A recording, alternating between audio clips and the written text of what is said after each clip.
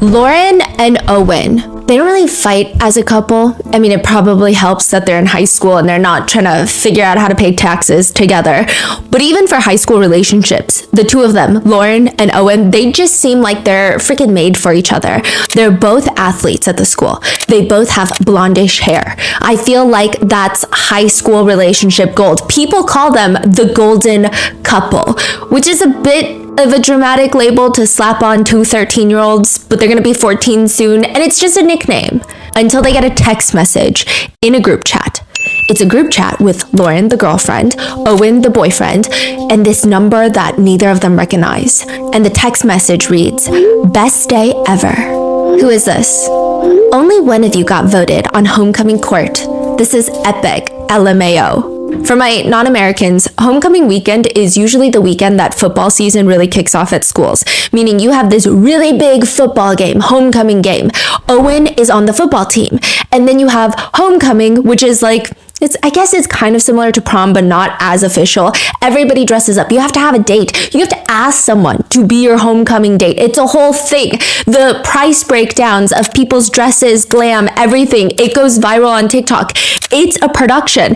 And in the sense, you have homecoming court, students that are nominated to do their dances with other nominated students in homecoming court. And now this random number is texting Lauren and Owen that only one of them got voted onto homecoming court, which it's pretty clear it's probably going to be Owen. He's kind of like the popular one. But it's weird, because how do they even know? I mean, nobody even knows yet. So they respond, "How the f*** do you know?" "The votes." "How do you know about the votes?" "I know for facts. Trust me, Friday will be epic when it's announced. The look on your faces, watching one of you with your arm around another person, holding hands, being all adorable, smiling, flirting, and posing for pictures with another person. Priceless, LMFAO. Could this be the end of the AKA golden couple? The relationship everyone idolizes?" Okay, this is kind of weird. They text back, "You're jealous. Friday is going to be the most epic day ever, LOL. We'll see who's jealous then, and it won't be me, LOL. Who even are you?" There is no response. By this point, Lauren and Owen, they kind of brush it off. They focus on getting ready for homecoming until another message comes in. "How's the happy couple? It's closer to Friday. Nervous? Preparing for the end of the golden relationship? How are you gonna handle seeing one of you on court posing for adorable pictures with someone else? We hear about how you are the perfect couple, you're perfect together. They envy you both and your relationship. They want a relationship like yours. How you're the definition of a perfect couple and will be the forever couple that gets married. Some of us don't want to hear it anymore. One more thing, I recommend Lauren not wearing his jersey anymore. You'll look like a fool if you do. See you at the game Friday." They are both looking around in the classroom because who the hell is sending these messages? And then another one comes in. "He no longer likes you, and he hasn't liked you for a while. It's obvious he wants me. He laughs, smiles, touches my hair. You're a sweet girl, but I know I can give him what he wants. Sorry, not sorry. Owen loves me, and I will always be the girl he loves. He will be with me while your lonely, ugly ass is alone." And then another message comes in. "I own Owen's. Cry more, you jealous." Who is sending these messages? Why does it take 2 years for this unknown number to be finally caught? They have the principal involved. They have the superintendent of the school board involved. They have the local sheriff's office involved, and the FBI gets involved. It takes 2 years, and every single day, Lauren and Owen are bombarded with 40 to 50 text messages just like this one for 2 years. Why does this person want Lauren and Owen to break up so badly? All of those theories are going to be covered in this episode, along with this whole case recently blew up because of the new release of a documentary called Unknown Number on Netflix. Now, Unknown Number does not go as deep into some of the other messages, some of the other reasonings that were found in this nearly, I think it was 1,300, almost 1,200 pages of a court document file that we received after a FOIA request, as well as we do have the full unedited body cam footage audio all here. The body cam footage audio I'm going to put at the end of the episode, but there is so much that hasn't even been touched. So let's get into it.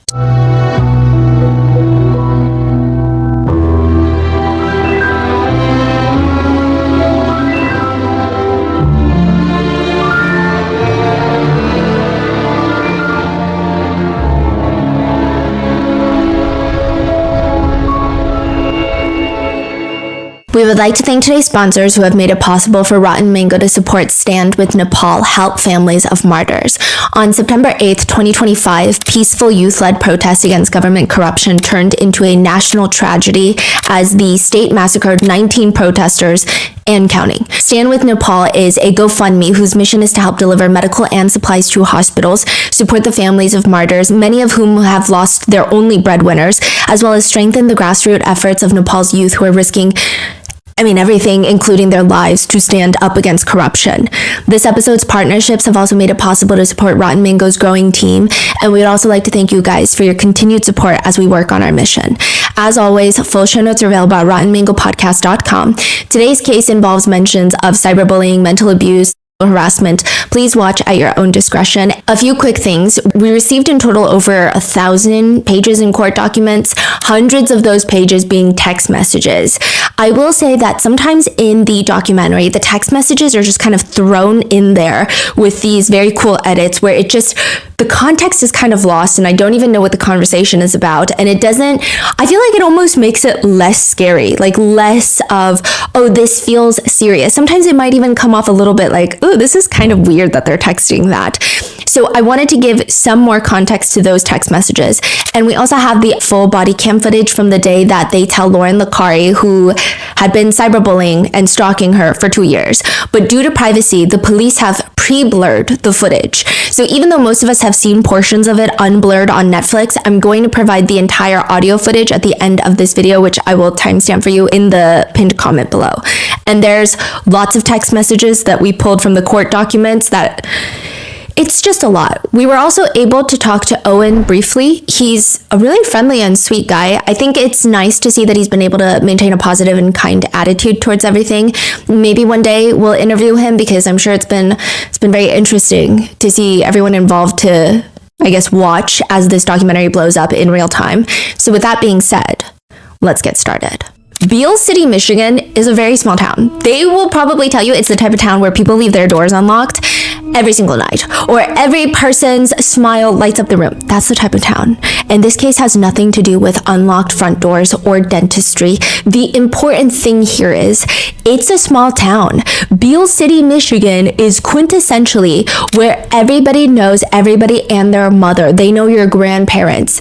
I grew up in a small town where they would ask you, no, where are you really from? But in Beale City, they're gonna be like, who are your grandparents? Where did they live? It's that close-knit. It is a small population. So technically, it should not have taken the sheriff and the FBI this long to find this freaking suspect. It's been over a year that someone in this small town has been stalking 2 high schoolers. The officers walk into this small house by the lake. It's a bit on the messier side inside. One of the tables in the dining area is filled. The entire surface of the table is filled with alcohol bottles. Most of them are unopened, which perhaps is a good thing, but that's not why the police are here. They're here to talk to 15-year-old Lauren. Lauren is sitting on one of those kitchen counter stools, and she naturally looks very stressed because what is it now? I mean, they've been through this for the past 2 years, every single week, once a week, almost on the dot, she gets taken into this small back office in the high school to turn over her phone, where they take all the text messages that have come in, and it feels like a CIA undercover operation without the intelligence. She's been doing this for so long. And Officer Maine has not gotten closer to finding out who did it. All that's happened is Lauren's life has been ruined. Like, what do you mean you don't know who's sending the harassing messages? They're sending 40 to 60 a day. The phone number is right there. Go find them. Every time they would go to the police, Lauren's mom, Kendra, would try to give them any information that would help. Maybe it's this person. She's always had some sort of jealousy for Lauren. Maybe it's this person. The way that they sent messages kind of sounds like them, doesn't it? Meanwhile, Lauren's dad, Sean, he's getting frustrated with the police. He's pleading with them. We gotta nail this son of a bitch. Whoever is doing this is ruining their daughter's life and stalking their 14-year-old daughter. We have to find them. And the police finally do. They're standing in Lauren's living room, standing in front of Lauren. Lauren's mom, Kendra, walks out. She's sitting on the counter stool next to her daughter, and Kendra's reaching over, holding Lauren's hand because they're about to find out who the hell has been sending these unknown messages. For about 2 years, Lauren and her boyfriend, Owen, I mean, the two of them have been in their own specialized version of hell, where the producers of Pretty Little Liars and Gossip Girl have come together and tried to make these random teenagers' lives absolutely miserable. This all starts when they're 13 years old. I mean, to be fair, the makers of Pretty Little Liars and Gossip Girl don't even know they exist, but they are living in the real life version of these two shows. Pretty Little Liars focuses on a small town, Rosewood, Pennsylvania, where 5 friends, best friends, have a sleepover. One of them goes missing. The other 4 friends, they all fall apart until someone starts sending them anonymous text messages, and this unknown number seems to know every little freaking secret that they have, like how one of them was caught making out with their English teacher. Another one of them made out with their sister's fiance. It's an unhinged show. And Gossip Girl is the older, richer New York City version of that. And somehow Gossip Girl and A both find their way to Beale City High School, where it starts with 13-year-old Lauren and her boyfriend, Owen. They start getting messages, and in the beginning, it's kind of silly goofy. It's like silly goofy kindergarten messages. The text messages are juvenile at best. The first few messages, if someone were to hand me a phone and would tell me to text something mean, and I sat on my phone, this would be the outcome. It's just like gibberish insults. One message reads, "You are the ugliest person I have ever seen." It's always text to both of them? Yeah. I mean, it's not particularly original or specific. It's rather subjective of an observation, but coming from an unknown sender, it's a little creepy. Then another one. Off. You be the ugliest skank. Ain't playing ugly motherfucker. Then another one. We will make every day miserable for you. It's a little silly. He be with us tomorrow at cornhole. Sorry, not sorry. After cornhole, he hanging with us. We got plans, bitch. Owen is obsessed with us and everyone knows it. Seniors talk about how hard he want our sorry, not sorry. You trash, we ain't. I mean, it's bad, but there are multiple, I mean, even above this, there were multiple text messages about cornhole. Like a cornhole tournament. You know cornhole, the game with the wooden boards, and then you try to stick it's like skee ball. They're like having, it's the most atrocious thing being the spelling of the messages, but clearly by the end of this message, it starts kind of escalating. And like the seasons of Pretty Little Liars and Gossip Girl, with every episode that passes, the boring text message threats aren't cutting it anymore. The unknown sender starts amping it up. I mean, it's getting rather mean. We will win. I promise you. Owen doesn't like you. He doesn't love you. Lauren and Owen both have no clue who this person is. They've tried asking around to see if anybody knows who the number belongs to. Nothing. They've tried calling and they won't respond. They just say, stop calling. And they're trying to get them to answer. Stop hiding. Answer my call. Or are you scared to talk to me? Just scathing messages coming after this, bombarding their phones. They've tried tracing the number back. These are all burner numbers. Someone is getting an app to get a fake phone number to message them, and with annoying frequency. I mean, they're just non-stop getting haggled by this fake number. Is it a girl in their class? Is it a guy? Is it multiple people? One message says, we will win. Who is we? And what the hell are they winning? Owen? That seems to be the point. It seems like Lauren gets bullied for being anorexic and not pretty enough for Owen based off these messages. The unknown sender seems pretty intent on making sure that they do not stay together, and they want Owen for herself, himself, themselves. We don't know how many people are behind this. So when this is happening, did Owen or Lauren have an idea who it could be? Did they start talking about it at all? Yeah, they later have an idea, and we're gonna get there. But the text messages read, you have no friends, and we all fucking hate you. Fuck off, you nasty ass skank whore. And that is targeted towards Lauren.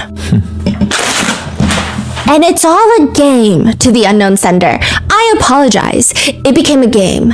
It was easy. Over the past year, we got Owen to say he cheated, wanted nudes, we were better, had better bodies, hated you, didn't want to be with you, you were ugly, lesbian looking, anorexic, and wanted other girls at games. It's just like nonstop, 40 to 50 of these paragraphs a day. In another message, it reads, he's ready to be with a real girl who gives him what he wants. fucking trash. Don't wear fucking leggings. Ain't no one want to see your anorexic flat ass. You dress like a fucking slut. You trying to get attention? Fuck off. I mean, it's mean, don't get me wrong. I would be crying myself to sleep, especially if I'm that young, but it's just not that personal yet. It feels vaguely mean, if that makes sense. But they start escalating to get more scathing and more precise with what the unknown sender is trying to target. This feels like a warm-up.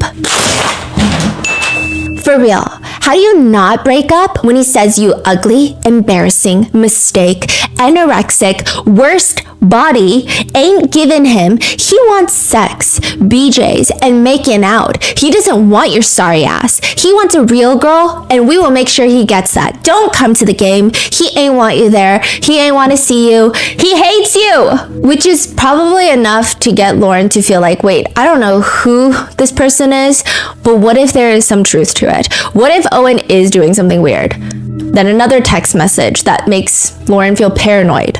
We're staying at a hotel with him on Thursday and your sorry ass won't be there. Are you jealous? We'll be flirting and cuddling Thursday and you will be lonely. We're staying with him at the same hotel and he's going to meet us and sneak to our rooms for the night. He wants a hot, athletic, sexy dressing girl, so I'm going to show some off and get down in bed. He hates you forever. Sometimes Owen and Lauren will be sitting in science class. Ding! The messages are coming in. Sometimes it happens at 3 a.m. Ding! The messages are coming in. Ding! Hi, Lauren. Owen is breaking up with you. And so Lauren and Owen, they try to talk to the principal to see if there's any sort of way to try and track down who's sending the messages. Some of them are coming out during class time, and it seems like whoever is sending this knows what Lauren is wearing in class, knows all of these things about the kids' lives. The principal decides, here's the best plan that we can come up with. Anytime you get a text message from the unknown sender, you text me the timestamp on it. So if the message comes in like 3:20 p.m., you text me that. I will go through the cameras on the school campus to see who is on their phone at that time, which means we've got our guy, right? Or gal, whatever, we have our person. They start that. But it's quite tedious to go through all the cameras. And not only that, the school doesn't really have a policy against the usage of phones. So it's hard to tell which students are sending text messages to Lauren and Owen, which ones are just texting, which ones are browsing YouTube, which ones are on TikTok. You can't see it. So it's kind of moot point. It's like with every precaution that they try to take, or every step that they get closer to figuring out who it is, the menacing nature of the texts increase tenfold. Hey Lo, Owen's saying you're a worthless fuck in his life. You never meant. You fucking ruined my life. You biggest regret and mistake ever. You the ugliest hoe. Then another one. No one ever want your anorexic flat ass and tits. No dude ever touching that you nasty slut. His life would be better if you were dead. Dead. Hashtag bang bang. Hashtag Whoa. Owen wants you dead today.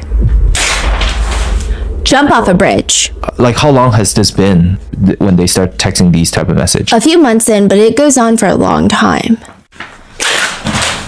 Whoa. Kill yourself. Project Slammer is a CIA project where the CIA goes into prisons and they interview over 40 incarcerated former CIA spies. And they try to figure out what makes them a traitor, what makes them turn on the CIA, and give information to foreign adversaries. Why do you commit treason?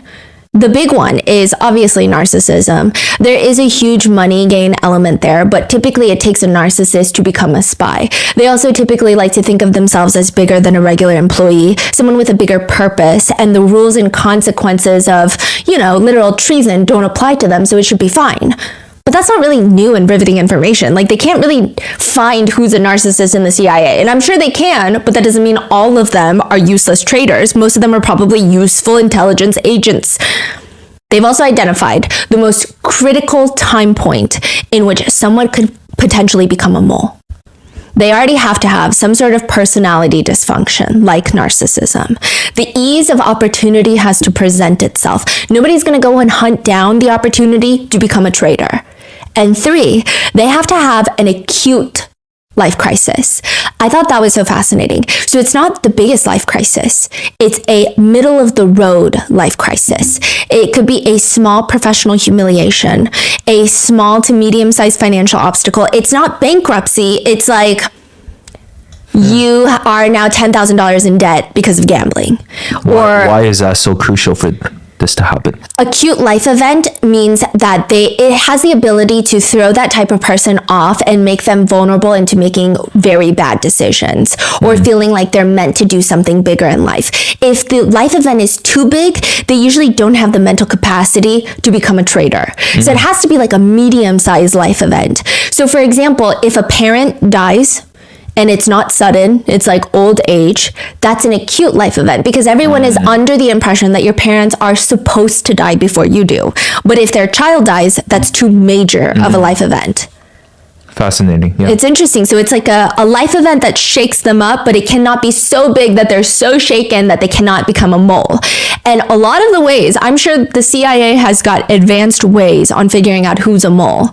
Like, you know, when they had Robert Hansen find the mole in the CIA when he was the mole. So like super advanced. Yeah, I think we covered that case. There was a guy named Robert Hansen, he was working with Russians, and he's like, oh yeah, let me go find the mole. He's the mole. Huh. But one of the easiest methods that even the Kardashians will employ is the planting of false information. That is what the Beale City high schoolers start doing. They run their little own psyop. The inner circle close to Owen start their own find the mole operation, starting with the classic strategy. Share select information with person A and only person A. See if it ends up in the chat. Share information with person B and only person B. See if it ends up in the chat. And that's how you find the mole. But if it's one of them, well, then what do you do? And there's major concerns now because the messages are becoming so relentless, so vicious, that it feels like it's about to amp up into two things. Like one of two things is going to happen. One, Lauren is going to self-exit after enduring endless torture and harassment by some random number. That is a huge concern. And two, whoever this person is, what if they snap? Yeah, what if they go from text threats to something a lot more physical? And clearly, they're in the vicinity. Lauren will sometimes fight back, responding, stop, please, you're jealous, and you can say whatever you want. I don't care, and I don't care what anyone says or thinks. I will wear his jersey proudly every day. Other times, it feels like something bad is going to happen. I'm assuming they already reported to the police immediately from the beginning, and the police just could not figure it out, right? No, the police are doing once a week meetings at the school with the kids to get all of the text messages. And it's getting bad because Lauren is starting to lose steam. She's writing things like, please stop. I'm begging you to please stop. Like, what do I need to do for you to stop? I honestly can't take it anymore and will do anything you want if you will please stop. And they don't stop. More messages come in. Girl, he said he don't need you to be here. His life better if he never met you, girl. He hitting us up like crazy today. You know, he been messaging and flirting and he was hitting us up from a hotel at Ford Field and he's talking. He said he's cheating and moving on to a new girl. He was stupid to be with you. You suck. He wants a hot, athletic, sexy dressing girl. Not you. Then a message is sent to Owen. She don't deserve the air she breathes. She's a pointless human. This has been happening for 2 years. Sean, Lauren's dad, is saying there are lots of bad changes in Lauren. I mean, she's not as active with basketball. She used to love basketball. She never wants to go to school. They have to force her every morning and they get into fights. Lauren's mom, Kendra, has had a softer approach. She tries to tell Lauren, I told her to just keep being her and just not even worry about anything, right? I didn't believe anyone would actually do anything harmful. It doesn't matter anymore though, because with the help of the FBI, the sheriff's office has finally caught the person threatening Lauren and Owen. And if you guys watch the documentary, you already know. Lauren and Kendra are sitting on the counter stools with Kendra comforting her daughter, Lauren. This is like police cam recording, rolling. Yeah. Even though she knows that Lauren is about to find out that the entire time the unknown sender had been inside the school every single day, taunting Lauren, watching her, texting her. Not in the same classroom as Lauren, not even the same grade as Lauren, but in the school, in one of the back staff rooms, the unknown sender had been sitting there talking to the principal about how to stop the harassment. Because the unknown sender is Lauren's own mom, Kendra. Kendra has been the one sending these messages, and you already know that. Kendra has been anonymously harassing her own daughter for years, and she knows that's what the officer is going to say because just minutes ago, before Lauren even came into the living room, the officer confronted Kendra one-on-one. Whoa. Here's the deal. When we were doing the investigation and the FBI got involved, we come up with some stuff that comes back to you, which, side note, they don't talk about this in the documentary because I think it was like tedious stuff. I don't know if people were going to find it interesting, but I found it super interesting. The FBI tracked down, Kendra was using a lot of anonymous apps like Pinger to disguise her phone number and make all these fake numbers, and that's how she was texting them. The sheriff's office is like, well, I don't know what to do about that. Is it like Google numbers, like a fake number? Yes, I think it's it's like Google number. And the FBI come in, they apply search warrants to Pinger, they apply search warrants to all of these apps, and it comes back to an IP address. And now they need to make sure that this IP address, because it kind of is leading to Kendra, but they need to make sure. So the FBI actually has one of the other moms send Kendra a hidden link to like a school thing. She clicks on the link and it's her IP address, and they match the IP address. Oh. So it's freaking Kendra. And Kendra is staring at the officer, not necessarily showing much emotion, and she's just like, what do you mean? The messages coming and originating from you? No. When we were doing the investigation and the FBI got involved, we come up with some stuff that comes back to you. What do you mean? The messages coming and originating from you. No. It's just weird. Kendra's not even convincing herself. The no is so half-baked. It's very, no. Her facial expression doesn't really change. It's weird. Every message that went to the kids, your number come back to Pingree or whatever it is, the app that's trying to hide it. Your number, even though it was being hid, showed up every single message. My number? Yep. Does she really think she could have got away with FBI getting involved? Yeah. And she says, my number? Yep. Does it have to do with Owen? Is there some sort of infatuation there with Owen? No. Nothing like that. Does Lauren know about it? No. She shakes her head and she's asking the detective, I really don't want her to. It doesn't look like going from here, because the thing is once this is out there, like, I don't know how she can go to school. The officer is like, yeah, well, there's no way around it, so we're gonna bring in Lauren, we're gonna sit her down and talk to her. And she's about to finally hear who the hell has been threatening her and encouraging her to self-exit, calling her all sorts of nasty names, trying to steal her boyfriend for the past 2 years. The officer starts. The mom just got wrapped up into this mess. Mom got wrapped up in some stuff? What does that mean? The text messages. He's kind of vague about it. In the Netflix documentary, he doesn't even really say the text messages. In the unedited audio, he mentions the text messages like once. So it's pretty clear that Lauren kind of understands it's about the text messages. Oh, okay. The mom just got wrapped up into this mess and continued on blasting these text messages and stuff out. I know that's probably confusing as heck and why, but sometimes when we're not thinking straight, we do some things that aren't right. Lauren's mom, Kendra, reaches over and puts her hand on Lauren's thigh in a show of comfort. But if you listen carefully, like, why would they need a search warrant for Kendra's phones? I think Lauren is slowly putting everything together. I will say the officer is just oddly vague about the whole thing. And Lauren is like piecing together. She's glancing around. Oh, so that's how he unveiling the information. Yeah. It's your mother. Yeah. But all he says was your mom being wrapped up in some stuff. Text messages, so we have a search warrant, we found stuff on her phone, so Lauren is like slowly piecing it together. We're gonna take her phone and stuff. You know, sometimes when we're not thinking straight, we do some things that aren't right. Your mom doesn't want to get this out, but it's gonna be public information. By this point, Kendra is up on her daughter. She has her arms wrapped all the way around Lauren, like she's like a sloth trying to climb a tree. She's resting her left cheek onto Lauren's head, kissing her forehead, wiping the baby hairs from her forehead. What? So what a weird course of action when you were just exposed for harassing and abusing your child for years. And the officer is like, she said you had no idea what was going on, and I believe that. What has to happen now is I have to make sure you and your mom are safe before I leave. So I'd like you to call your dad, and maybe he can come home and meet with us, okay? Kendra reaches over and grabs Lauren's hand, almost as if she is the one needing comfort. Now, Kendra is a part of the Netflix documentary Unknown Number, which is interesting considering the call is coming from inside the house, literally. But when Kendra sits down, she has a very big reason to agreeing to all of this. She just wants her side of the story to be heard. She says, you guys are gonna think I'm the crazy lady. Every single one of us makes mistakes. Not a single one of us has lived a perfect life. And realistically, a lot of us have broke the law at some point or another and not got caught. I mean, I'll be honest, I'm sure people drove drunk, haven't been caught, right? But again, if you get caught, you're in the same situation I'm in, but for a different thing. So I do feel that people lose sight of that. I know to some, I'm a headline, I'm a villain, I'm a bad mom, I'm a whatever.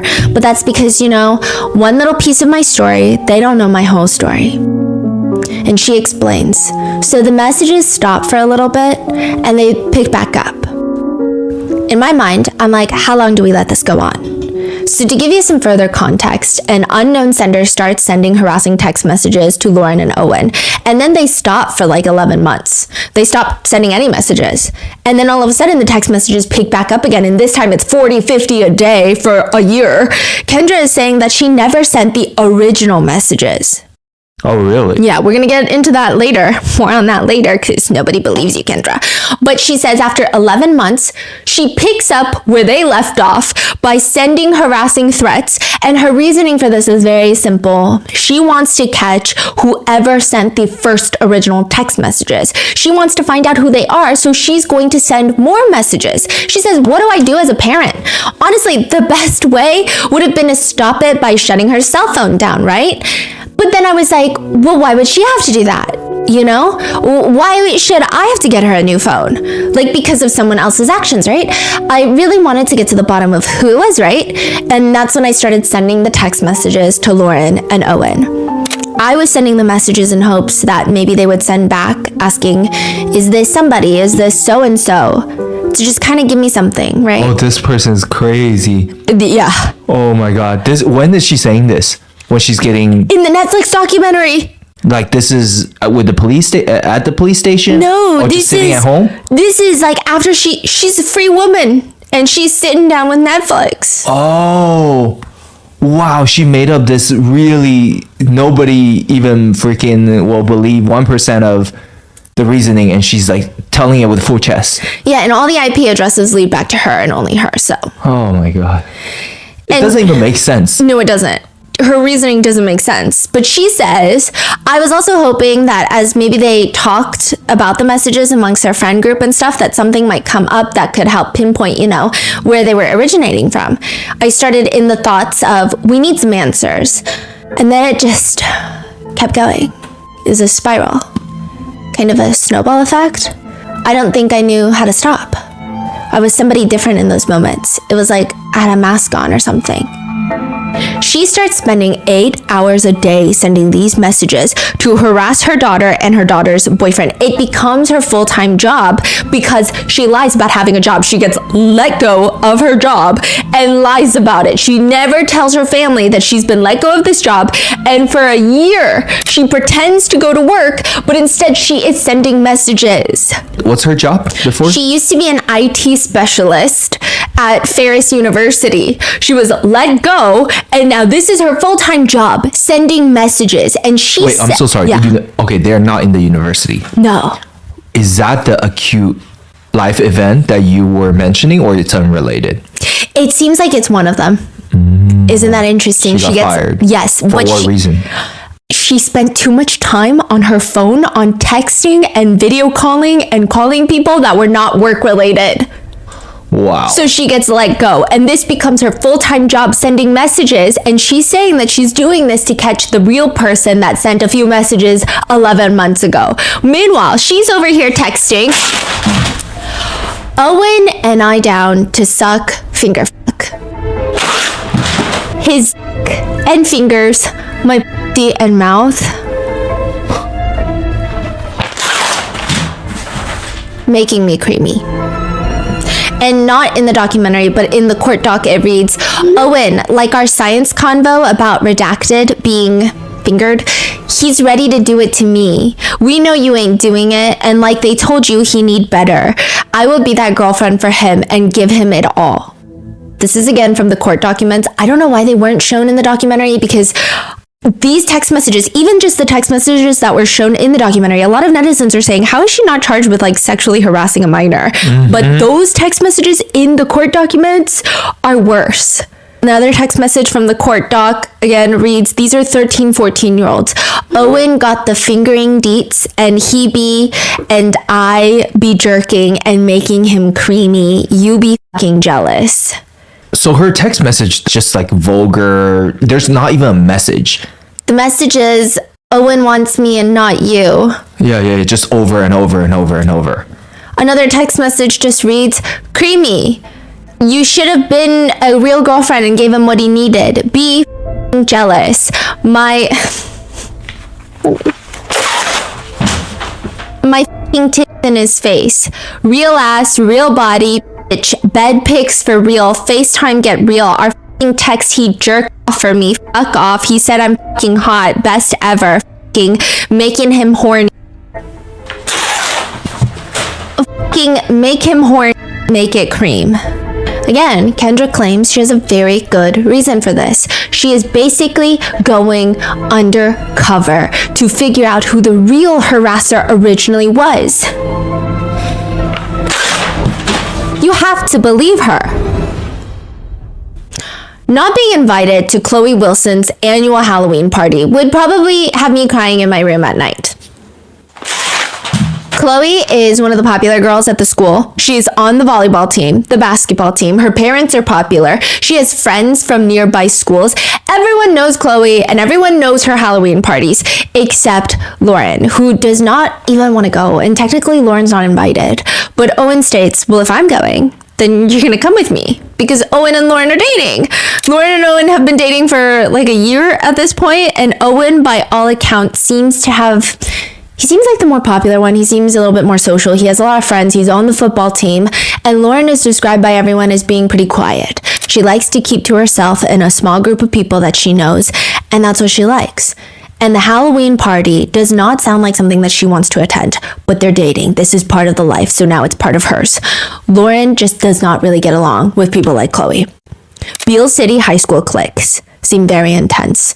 It's a small town school. Beale City has one stoplight, 2 bars, and they're more like pubs. The entire town has a population of a few hundred people with more wind turbines than they have bars. One netizen describes living... Few hundred people in the town? Yeah. Wow. One netizen describes living in a small town like that as, quote, an experience where you have to be careful not to kiss a relative.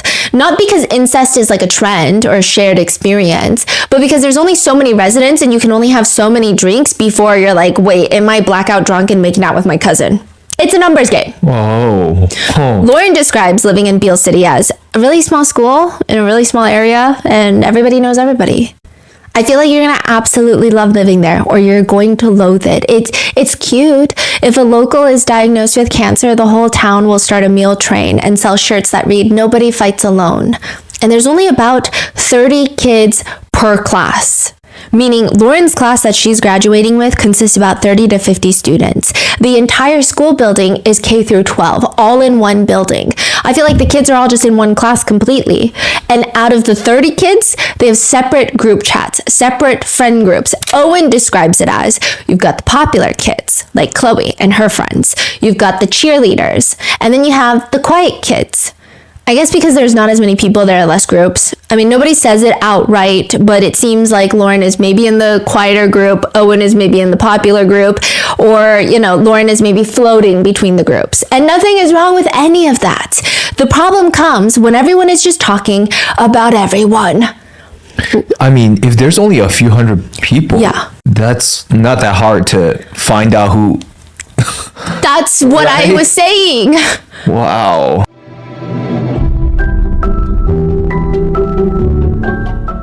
I love going into my tagged photos to see some of the most beautiful crafts that you guys make and tag me in. Some of you guys have like the cutest small stickers that you make to, I don't even know how you print those, to handmade jewelry, just amazing stuff.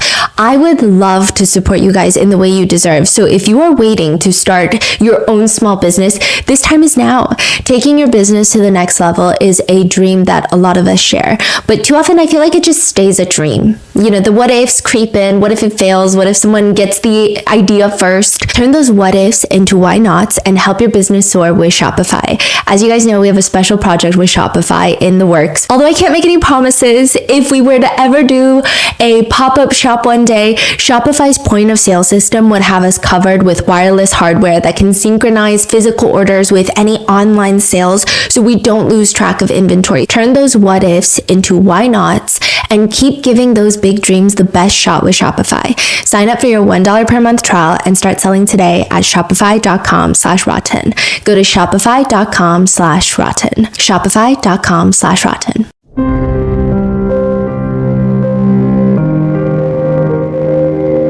One of Owen's childhood best friends and fellow potential popular kid is Sophie, and she says no one really has anything better to do than talk about other people. Like, even the parents, they talk about us teenagers, what we're doing, and I feel like that's kind of a toxic thing that gets passed down. One netizen concurs by writing a review on Beale City High School on niche.com, quote, "Parents are great, but some care too much about the athletic sphere. The parents are really involved. Owen might say that they're too involved." And even the parents want to talk to the other parents about the kids' drama. The parents have drama themselves. It's kind of a mess in a lot of small towns, and Beale City is not immune to these social circles. But it seems by all accounts that the popular kids are going to be the ones in attendance at Chloe's Halloween party. And this is when the first text messages come in. One of the first messages from the unknown sender to both Lauren and Owen read, "Did Owen say anything to you about what's going on? If he didn't tell you yet, I will. Owen and I agreed and thought it would be a great time for Owen and I to get together and officially hook up. You are not being invited because we want this time together. He's coming to my house on Halloween too and is giving me his sweatshirt to wear. You're a sweet girl, but I know I can give him what he wants. Sorry, not sorry." This is sent to Owen as well. Yes. It's obvious he wants me. His attention is constantly on me. When was the last time he paid attention to you or acted like he likes you? He is never with you, nor is he ever talking to you. He's always with, quote, other girls or texting and talking to me. He's constantly hitting on me. He laughs, smiles, touches my hair, picks at me, and crushing hardcore for me. He always wants to be near me and involved in our conversations. When has he ever acted like that way to you? Don't be jealous when I wear his sweatshirt and jersey. Not sure what he told you, but he is coming to the Halloween party, and we are both DTF. They were 13. Yeah. He wants nothing to do with you. He thinks you're annoying and an ugly ass and wishes you would leave him the fuck alone. I feel like these text messages are literally a Gossip Girl episode. Why do you think he's on his phone all the time talking to me? It's obvious he does not want you in his life. He talks about you all the time. You didn't get invited to his football game. I did. You didn't get invited to his house. I did. You didn't get invited to sleep with him. I did. I'm spending the night with him. I'm sharing a bed with him, not you. He's comforting me, not you. You didn't get invited to be with him in the hot tub. I did. Then another text message reads, "I hope you finally get the point. He wants to spend time with me, not you. We will keep making you look stupid. He promised to keep flirting with me, and I promised to do it all in front of you. He wants to see you run out of school crying. He fucking hates your ugly anorexic ass." What the hell is that? Lauren is so confused. Owen is reassuring her that he is absolutely not DTF and has no clue who this person is. Owen thinks it's maybe one of the quieter kids because they're more, quote, techie, but clearly somebody is just messing with them. At the Halloween party, they start going around and asking around to see if anyone knows the number or if someone sent it as like a sick joke. Nobody fesses up and they move on for 11 months. Nothing happens.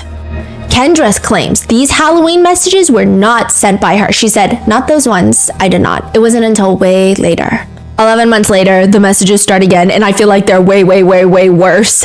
And we're going to go through a lot of the text messages, the ones from the Netflix documentary, the ones from the court document. They're all going to be in here.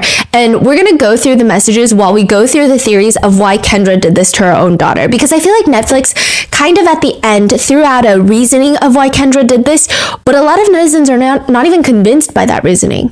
Some people think it's got to be something else, and there's actually a lot more theories online and text messages supporting those theories will be included when we get to them. But one thing is 1,000%.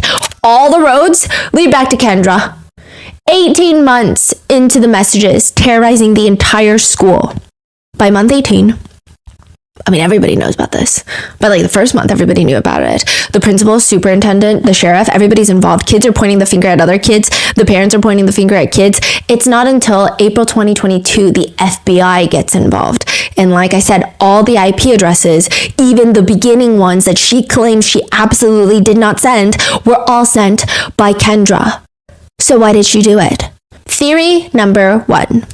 Kendra is jealous of her teenage daughter, Lauren. Sick to her stomach, green with envy level jealous. One message reads, Lo, which is Lauren's nickname, you be jealous when he's at varsity game today. He ain't wasting time seeing you suck. He knows you suck. You the worst. You for real need to quit. No one wants you playing. Ain't no one sad. Break an ankle. It's interesting because usually when there is jealousy from mother to daughter, the mother wants the daughter to do well enough to reflect well on her own parenting, but not so well that the daughter outshines the mother.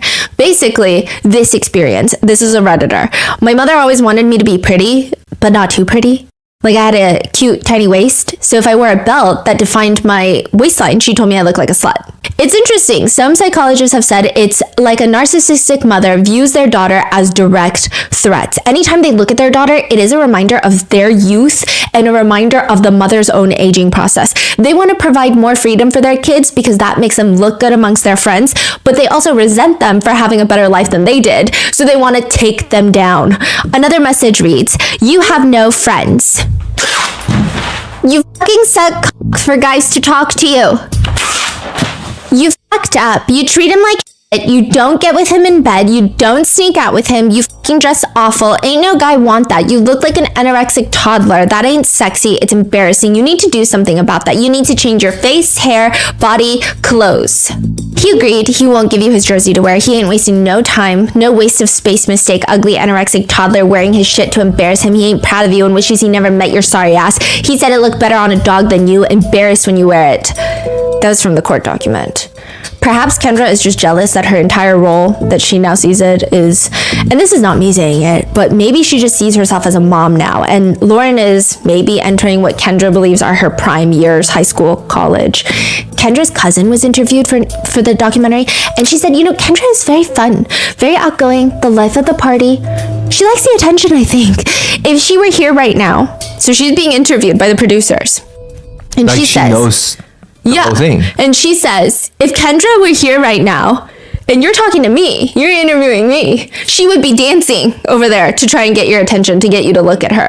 Now she suddenly has kids and she's a baseball, basketball coach for Lauren. One report states that while Lauren is quiet, Kendra's like the cool mom. People say that she would gossip with the girls, literally high school girls. During softball or basketball practice, students would film her dancing to Sir Mix-a-Lot and doing cartwheels down a hotel hallway when they would have away games. Fascinating. Another odd thing is Kendra would show up to the school to comfort Lauren, but would use it as an opportunity to get close with the other high school girls. She would tell classmates of Lauren's that she's bringing a change of clothes for Lauren because the person texting was making fun of her shirt, so she feels insecure.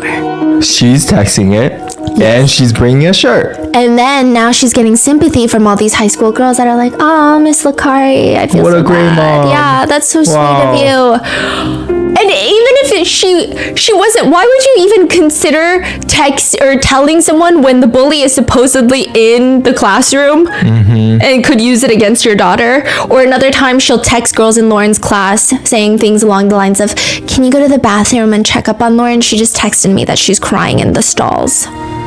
Or she would talk to other kids about how stressed she is, about how stressed Lauren is about these text messages.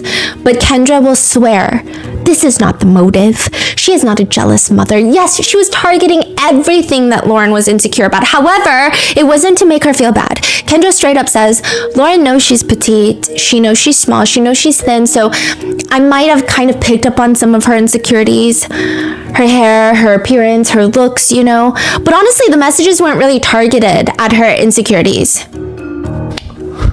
The Netflix producer does ask something that kind of pissed off a lot of netizens, which is they asked Kendra, were they targeted at you? Were you sending those messages to yourself? And they were like, why are you trying to give her an out to make herself look better? Basically, What? they're asking her, like, did you feel like the mean things you were saying, you were almost saying it to yourself? No? What Yeah. kind of a question is that? But Kendra is like, yes, that very well possibly because I was way too thin. I was not eating, so you could put me in that anorexic category. A lot of people are like, why would you even ask that? I also don't think that that's what happened at all. I honestly think that Kendra was saying that because, I also struggle with my choice of... Sometimes I struggle with body image as well, right? Everybody does. Lots of people do. And some people think that Kendra, as she's aging, she notices that her metabolism is not as quick as it used to be. And maybe she has to work extra hard to stay in that body frame that she likes. And she's looking at her teenage daughter, and like lots of teenage kids, they can just eat whatever they want and they don't really fluctuate in weight as much as like a 50-year-old woman. And so maybe she's very upset with that. I don't think that she's sending it to herself. I think she's pissed off. Yeah. And I mean, the messages are insane. Some more read, you jealous bitch. He ain't talking to your sorry ass. He talking to us. How does it feel to lose? Your anorexic body ain't worth it. He never came back to you. He never want to talk to you again. He want you to fucking stop. You fucking will be crying every day. We could fucking care less. He never come back to you. He didn't even talk to you to get the fucking point. He hates you. Now we ruin your life. You fucking did this. Now we ruin your life. We all hate you. You fucking suck. You're the fucking reason JV lost the basketball game and only went to the varsity game. We losing. You didn't do shit. You fucking suck. Proved it again. Break a neck, leg, anything today and be done with basketball. Ugly, anorexic, no good. We promise you, you know he's cheating. F you, we won, and he hates you. There have been times that I have just been like deep in the trenches of unsafe lands where I just know all the occupants, all the residents of this online territory hate my existence. And I will go in the trenches knee deep in the pure hatred spewing out in the comments against me. Mind you, not to give any of those people, like very aggressively hateful people, any grace, but those people, they don't even know me. I don't know them. I don't personally care for them. I have no interpersonal connection with them. And they still don't say such vile shit. Like, it's crazy. I know it sounds immature at times, which is why I think people aren't taking it as seriously. Well, they are, but it's not. They don't think the messages themselves are that detrimental. I think more people are focused on the fact that Kendra is crazy. But these messages this is like a freaking bombardment of hatred. If you look at maybe one message, sure, you could say it's goofy, but then when you look at thousands of them coming in nonstop, it's like suffocating. There are even Photoshop pictures with vomit emojis thrown on top of Lauren's face, writing words like skank and all over the photos. And it's interesting because even a mean girl in high school will probably not have this level of bizarrely immature, pure hatred. And for Kendra to have that against her own daughter is bizarre. And I say immature hatred not because I don't think it's immature in the sense of, oh, this is dumb, but in the sense of like, this feels like jealousy in the purest form. It's not even complicated jealousy. You know, sometimes with jealousy, it's like, I want my family member to do well, but I get slightly jealous because I know when they do well, my parents will inevitably compare me to them and then put me down. So their happiness does indirectly impact my happiness. And it's like, it's a little more complicated. This, pure jealousy. It's weird. And she's just so mean. One text message, not in the documentary, it just says, you're no one. Off. Lauren doesn't respond. So she texts, speechless. Keep it that way. Another one just responds meanly. Hey, bitch, how you lunch? LMAO. Wow. One part of the court document reads, the texts go on to suggest that she is losing her peer group and that no one likes her. The effect of these messages have on a teen is devastating and will create lifelong trauma. Learning that this was her own mother that perpetrated this crime only exacerbates those effects tenfold.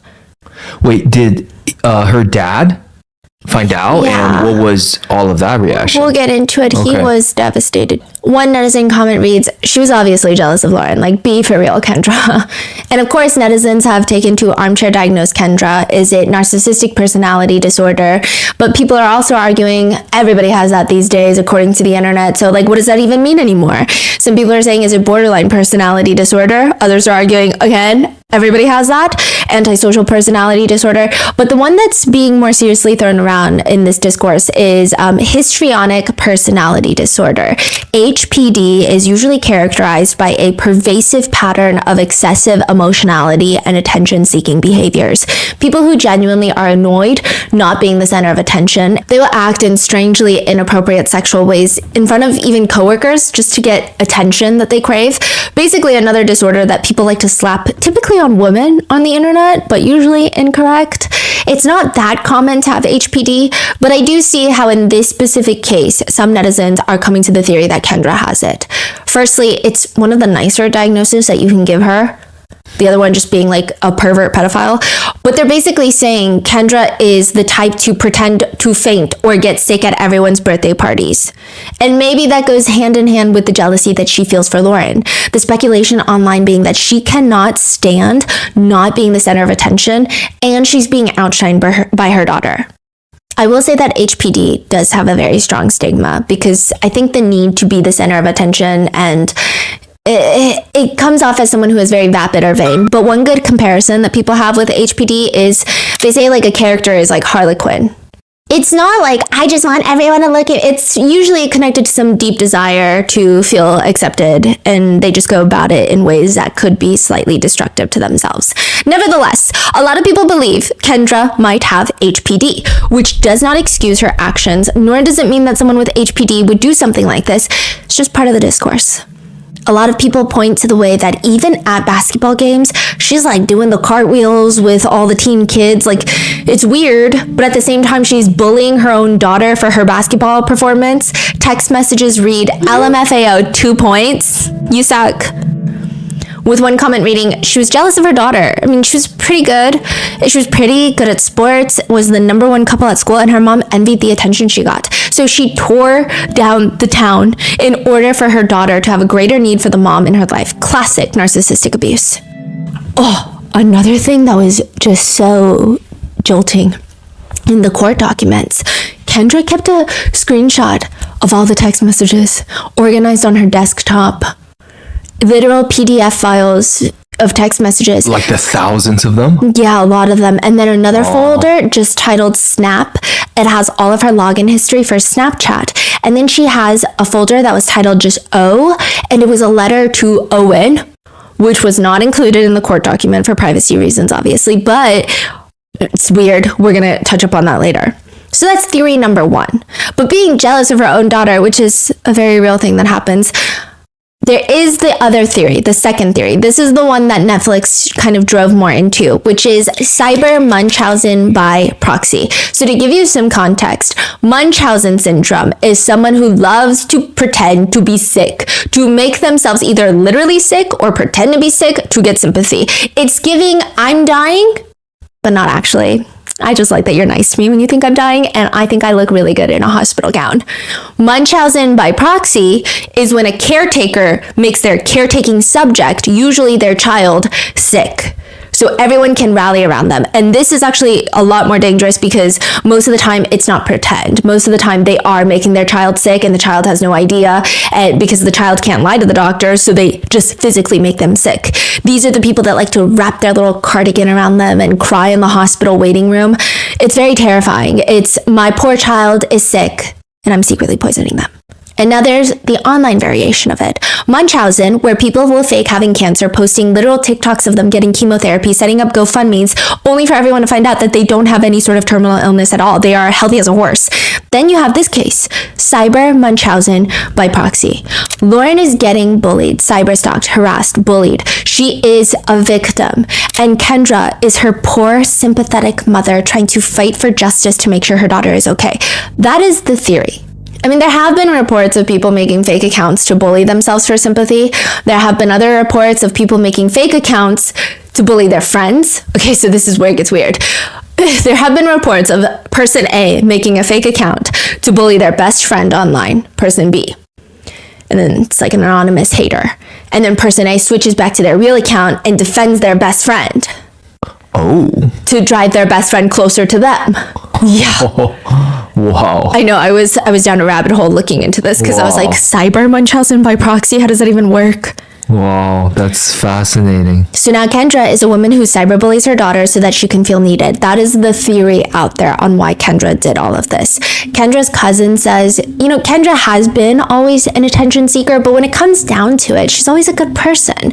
Maybe this is her way of making Lauren need her. You do as a teenager need your mom, but not in that way. Lauren would come home upset about these text messages, and Kendra got to play the hero and be there for her. The superintendent of the school states she wanted her daughter to need her in such a way that she was willing to hurt her, and this is the way she chose to do that, versus physically trying to make her ill, which is typical Munchausen behavior. It is not acceptable, but I think a lot of people have accepted it because it's just more digestible to think of it like that of, a mom who wants her daughter to need her seems a little bit more maternal and acceptable than, no, she literally hates her daughter. I think, because I don't know why so many people are running with this theory. I think there is maybe a little bit of this, but I don't think so. Yeah, I don't think so. I mean, I think the one thing I'm like, okay, I could see that is she does use it as the whole purpose of her life. I feel like okay, if she wants to do that, I would say, wouldn't she do it even more publicly on like platforms, on blogs, like just hating on the daughter? Yeah, make like a Gossip Girl bully blog or something. So then the whole freaking, make it more public maybe, but this is like very personal. She's like directly going after the daughter's insecurities. Yeah. It's weird. And Kendra, she does make this whole thing her personality. She'll go to the school every day to talk about it. Someone gives her a suggestion of like, why don't you get her a new phone number? She'll ignore it, come back the next day, talk about it all over again. School members say, you got Kendra, and then you got Owen's mom, Jill, going to the school every day, just at Dan, who's the principal. They're demanding that they go through kids' phones, but luckily the superintendent is like, hey, are you insane? You're not going to go through kids' phones. Like, we're not going to have interrogations of the basketball team. Side note, some of the sympathy farming, if you will, is weird. Kendra will take screenshots of the unknown sender texting her own daughter to self-exit, send it to Lauren's classmates, or sometimes even call them, to which a few of Lauren's classmates are actually very stressed out about this, and they feel like now every text or call from Kendra is going to be the one where they are told that Lauren is gone, because that's how concerned they are. One classmate says, how much can a little girl take? So people are saying that Jill, who is Owen's mom, is trying to get to the bottom of this. Every time she's talking to the principal, she's trying to implement new things to figure out who the texter is. Meanwhile, Kendra is just like sobbing. She's trying to get thoughts and prayers and a freaking casserole. That's the vibe. Which I don't know, but a lot of the documentary runs with this theory. Kendra again says, that's not why. She says, I'm not jealous of my daughter. This is also not why. She said that she wanted to protect her daughter. She says, when I was 17, I was R-worded. And as my daughter was hitting those teenagers, I got scared. I got very scared. I didn't want her to go through the process that I'd gone through. And I think that really led me to not knowing how to handle things, right? It was hard because I was reliving what I had been through, but also at the same time wanting to protect her. I wanted to try to like control the outcome of her journey. I was afraid of letting her grow up some, right? Wanting to protect her and keep her safe and keep her close, and scared to let her grow up because scared of what could happen to her. A lot of people are like, what are you talking about? Yeah. What are you talking about? A lot of netizens are confused why Netflix didn't push back on Kendra's excuse. Side note, another text in the court docs we found was Lauren texting, I don't understand any of this, but it's becoming very hurtful, and honestly, I'll do anything for you to stop and leave our lives alone. Neither of us did anything to anyone to deserve this, and honestly, it just makes me very sad. Kendra, unknown sender, responds, shut the up. Owen hates you, and he could care less about how your ugly anorexic ass feels. Give up on him and yourself. You're worthless. You f***ing lost. We will see when you get caught, and I hope you know our lives and feelings are not a game at all, and it's sad you act like you're proud of this, and I might be worthless or whatever you're calling me, but you're not worth my time, so please just stop. Kendra just responds, you're jealous, give up, and we won. Owen picks us, and you worthless trash to him. One netizen comments, I think she texted her daughter hurtful things. She was projecting her own insecurities onto her daughter. The mother felt worthless, losing her jobs, and probably felt like self-exiting, so she texted her daughter to hurt herself, and maybe she was jealous that her daughter was having happy teenage years, carefree teenage years, while she was not. Then there is another theory in the documentary that's touched up on for like 2 seconds, which is Kendra was obsessed with Owen. So like the jealousy of her daughter is stemming from the fact that she's jealous that her daughter is dating Owen. Kendra wants a 13-year-old boy is the theory, and it mainly comes from Owen's mom stating that she believes Kendra was obsessed. Kendra's own text messages, a lot of them do come off very strangely. So one text message reads, "You will never take him away from me. You will never win when it comes to him. I will always win, and I have always and will always be more important to him. Owen loves me, and I will always be the girl he loves. You will not come into his life and take him away from me. That will not happen. You are a bitch, and I want you out of his life. He will always be with me while your lonely, ugly ass is alone. Owen and I need each other. Sorry, not sorry." Lauren responds, "I'm sorry you feel it's okay to say stuff, and if it makes you feel better about yourself, then good for you. I don't care what you say. Owen and I are solid, and you're not going to break us up." The response later to that is, "This phone number is no longer in service." Because she likes to change her phone number a lot. And so it just feels like... What in the world? It feels like targeted towards Lauren, yes, but it does feel weirdly obsessive with Owen. Yeah. Another text reads, "You are worthless and mean nothing. You never have. Get a f***ing life out of here. Owen will never look at you again or talk to you. You f***ed his life so bad. His family f***ing hates you for it, and he will never in his life acknowledge you again. Get the f***ing lost. He is done with you. You embarrass him for real. He picks us over you every day at school. He always has and always will. LOL, he hates you. You embarrass him, make him miserable. He avoids your sorry ass all day. You see him pick us over you for real. Your worst girlfriend. He wants zero with your sorry, ugly, anorexic ass." It just feels like some sort of unhinged weird obsession. A lot of people say that it just feels like jealousy in the purest form, saying things like he wants sex, BJs, and making out. Again, this is sent from a middle-aged woman to a 13-year-old boy and to her own daughter. You don't give it up. He cheated on your ass for more. She's an ugly, anorexic, and sucks at everything. Ain't no one like her. She up on your boys, don't talk to her. Basically accusing Lauren of talking to Owen's friends. Owen, you f***ing promise, do not talk to her. She ain't worth it. People argue online that whether it was jealousy towards her own daughter, Munchausen by proxy, cyber Munchausen by proxy, whatever you want to call it, none of these text messages are appropriate to write to 13-year-olds. And you can't really write it, some netizens are arguing, without feeling something towards that boy. It's just kind of incomprehensible. Right. Yeah, like these messages are really alarming to say. Yeah. Towards about a 13-year-old boy. Yeah. Another message reads, "Owen loves me, and I will always be the girl he loves. He will be with me while your lonely, ugly ass is alone." In the documentary, Kendra says he liked, talking about Lauren and Owen. They liked a lot of the same stuff, a lot of the sports. They went trick-or-treating together, little things like that. How can you say they like trick-or-treating, recognize how young they are, and still text things like this? Further proof that netizens show that Kendra was obsessed with Owen is all of the text messages seem to center around them breaking up the golden couple because Owen likes us more than Lauren. Quote, "We will win." Well, Kendra does win because Lauren and Owen end up breaking up. Owen says, "We were on FaceTime and I told her it was just too much." It's clear the texter wanted them to break up. Owen says, "Maybe if we give them what they want and they stop, maybe one day we can try again." Just in the midst of all of this? And he thought it was going to get better because that was the whole point of all these messages, is for them to break up, but it doesn't get better because months later he goes to an away game and he meets this girl from a neighboring city like 2 hours away. They're not officially dating, they're just talking, but then he wakes up to a text from her. My mom just got a random text from someone." Owen is like, "Here we go again. It's the same format, same words, telling the girl from Pinconning to back off of me because I'm theirs. The texter went out of their way to find her mom's phone number that lives in Pinconning. I just felt like I couldn't do anything about it. I had no..." Wait. It's texting the girl's mom? Yeah, this random girl's mom. But not texting the girl or Owen? No. What? I just felt like I couldn't do anything about it. I had no freedom. I felt like I couldn't date anyone because I was putting them in danger. And I just didn't want them to go through the same thing that Lauren went through.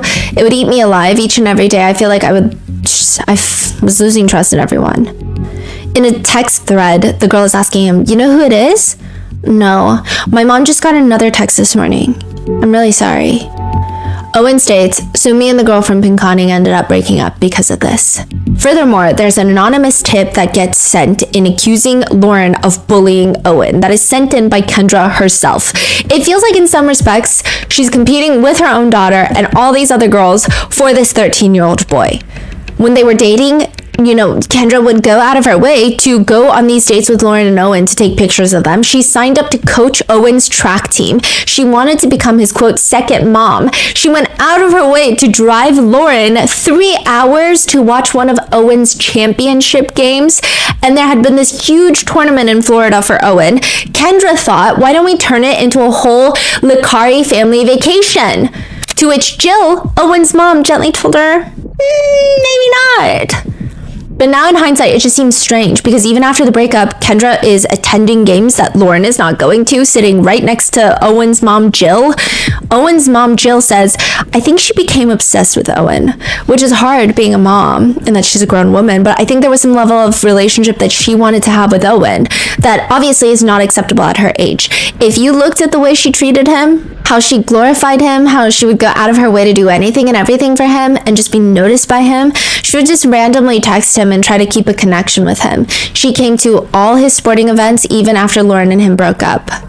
This is disgusting. Weird. Owen says, it felt like she was attracted to me. She was super friendly, super like, here, I'll get this for you. I'll go do this for you. It just wasn't like, it was my girlfriend's mom. It felt like it was something more. She would do things for me. She would cut my own steak for me. It was just to the point where it was just like almost too weird. When the police show up with a search warrant for Kendra's devices, they straight up ask Kendra, is there an infatuation there with Owen? And she says, no, nothing like that. How do you feel? Does it feel weird? Feels weird. Now, need I remind you, she is also texting, hi Lauren, Owen is breaking up with you. My tits in his face, making him horny, make it cream. So, one person also states that they saw Kendra take Lauren's phone. This is like another student at the school. They saw Kendra take Lauren's phone, read through Lauren's messages with Owen, and then proceed to text him back, I love you, pretending to be Lauren. What? Regardless, when Kendra is confronted, Officer Main tells her, okay, just like tell me, did he treat Lauren bad? Was it an infatuation? I mean, because it went on for a while. And she says, What does that mean? She just won't respond. It seems like she's just looking for the best way to come off as least unhinged as possible. She says, it didn't start that way. I'm sure it didn't. I don't even know. So they were dating, and then they broke up. So how did it really start? Like, why did it start during when they were still dating? It did. Was he treating you bad? But it didn't, the first ones didn't start, with me. Okay. I will say that. Those ones were, random or whatever. So somebody else started those, you don't know? But then I, fed off of it some. Okay, that. Was it because they broke up? No. What's going on? One court document states the following. Repeatedly, Miss Licari called her own daughter terrible names and suggested that Owen was interested in other girls and that she could never please him the way he wanted. The sexually suggested text and repeated messages calling her ugly, anorexic, and worthless all seemed to be designed to cause mental anguish to Lauren and break up the teen's relationship. Truly, I have no clue how she wasn't charged with some sort of sexual crime against a minor. In one message from the court doc, she messages them about how she sits next to them in science class and they talk about fingering and jerking. Sorry, not sorry. Yeah. So what did she get charged with? Stalking a minor and obstruction of justice. Oh, that's it? Yeah. All of this is just considered stalking a minor. Yeah. Is there sentencing or? Yes. So she pled guilty. She actually had 5 different counts, but she pled guilty to 2 counts of stalking a minor. And she did ultimately receive just 19 months, which is nothing. But I think there was an argument of there was no crime, a sexual crime, because there was no trying to set up. She didn't send any lewd photos. She didn't try to ask for photos. She didn't try to solicit a minor to meet with her, to conduct some sort of illegal activity. I still don't understand how this doesn't count as sexual harassment at the very least of a minor, but Yeah. I mean, she just has a sick obsession with the word creamy, cream, and sometimes she will literally just text cream, and then another one in caps, cream, and another message, remember when he used to touch my leg? He be touching more now. He always pick me, bedroom pics coming, be jealous. He hitting for now, LMFAO. But then in comes a new theory. So after watching the documentary, some people feel that Jill, Owen's mother, was the target. And not as in Kendra wants her, or as maybe wants to be accepted by her, wants to be taken in as a best friend by Owen's mom. Owen's parents have the life that it appears Kendra really wanted. Kendra really wanted that quintessential small town, popular parents lifestyle storyline. Owen's dad was the star outfielder for baseball at Beale City High School. Jill was a Beale City cheerleader. Jill says in another report that Kendra always talked about Lauren and Owen like they were going to be together forever. So the theory being she wanted the kids to get married just so she could have a good standing in the community as one of the popular parents. Owen starts pulling away because of these text messages. This is like a few weeks before they break up. And he's just saying it's hard to be with someone after all of that. Meanwhile, Kendra really wants them to stay together because Kendra is texting Lauren in the gym. So they're in the gym together. And Kendra is texting Lauren. Lauren is not sitting next to Owen. They're on rocky footing, and she's texting her daughter, sit next to him, answer me, come here now, I'm pissed, move your ass now, I'm fuming, pissed off, this is f***ing ridiculous, answer me and move your ass. What is happening? So she did all of that to break them up. Yeah, so that's why some people are like, it doesn't make sense, and like, it's complicated. There is a cut article that focuses on this. The Netflix documentary focuses more on Cyber Munchausen, and then the court documents is like a blend of everything. So it's like when you just have one piece of the media, when you just watch the documentary or you just read the cut article, it all seems like, oh no, it was because of this, it was because of this. But then when you put it all together, it's like, she's crazy. So what did the cut article focus on? Well, they're providing these text messages. I mean, they didn't really expand more on it, but it just, maybe it seems like that's the reason.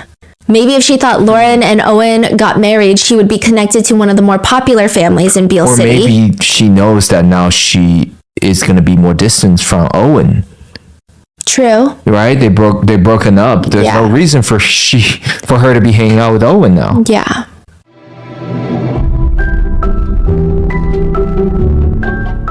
When my sister found out that she was pregnant with my nieces, one of the first things we did was set up a college fund. By the time that they're 18 years old, which I know is coming up way too quickly, I feel like they were just born yesterday, they'll be set up with Acorns. Whether they decide to go to college or do something else, they can have a mature fund that's been gathering interest for years.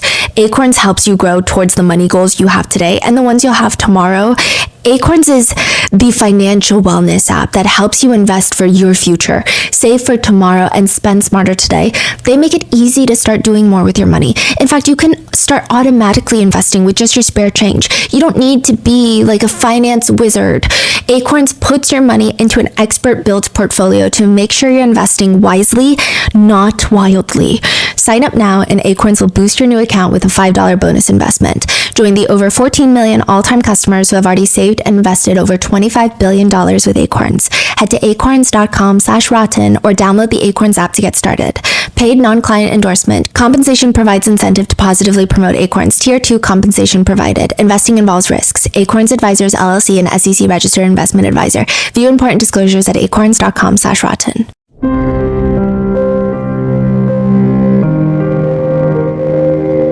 But the text messages are weird, and even after the breakup, Kendra goes to sit with Jill at Owen's games, and Jill would be on the phone with Kendra even after the breakup because they're just trying to get to the bottom of who is sending all these messages, and Kendra was more occupied with the idea of the kids getting back together. She would be talking to Jill like, Owen only broke up with her because of the text messages, right?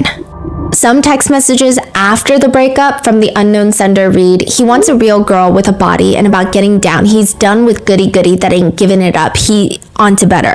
Some netizens are theorizing that maybe she is bullying her own daughter to push her To do more. so that they can stay together. That is so sick and twisted. I feel like every theory is more sick and twisted than the last. Wow. In the documentary, Kendra also talks about Jill like they're best friends. Kendra says, Jill and I spoke about it. When we were together, we could just talk about anything, share things, kind of like feel like a support there. And there are constant messages from the unknown sender oddly stating that Owen's family loves her more than Lauren, which again is odd. One text reads, girl, please, you can't stop us. And we as mom's faves. She all about us. She loves us. Sorry, not you. Owen messaging us right now. Another one pulled from the court doc reads, we know who his mom wants him with. It's clear. Get on Facebook and you'll see. Another one, what the f***? Be with his mom at the game. For real, he don't want you near his family. Whatever, they like me, not you. He is over your sorry ass. Stay the f*** away. Told you before, you never take my place. He hates you. It's weird. So after they broke up, what are these the message after they broke up? The messages actually get worse after. We talk every day. You suck. I'm better, and give him what he wants. Leave him and his family the alone. So maybe there's like a yearning of a sense of belonging with Jill, Owen's mom. They're fighting this bad guy together, bringing them closer, bringing their kids together was maybe what she thought she was doing, pushing the two families to be trauma bonded together, and nobody else can understand them. Nobody else knows what they're going through. Nobody else can understand and stick together type of mentality.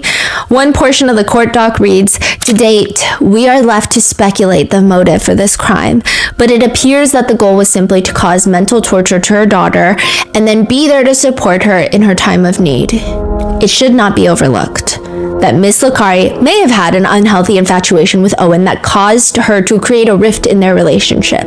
People are confused. Then we just have the pure chaos theory. She just gives the energy that she wants to sow absolute chaos and be the center of attention, is how some netizens feel. For over a year, Kendra is playing Sherlock Holmes, Scooby-Doo, Criminal Minds, except it's her own brain scan.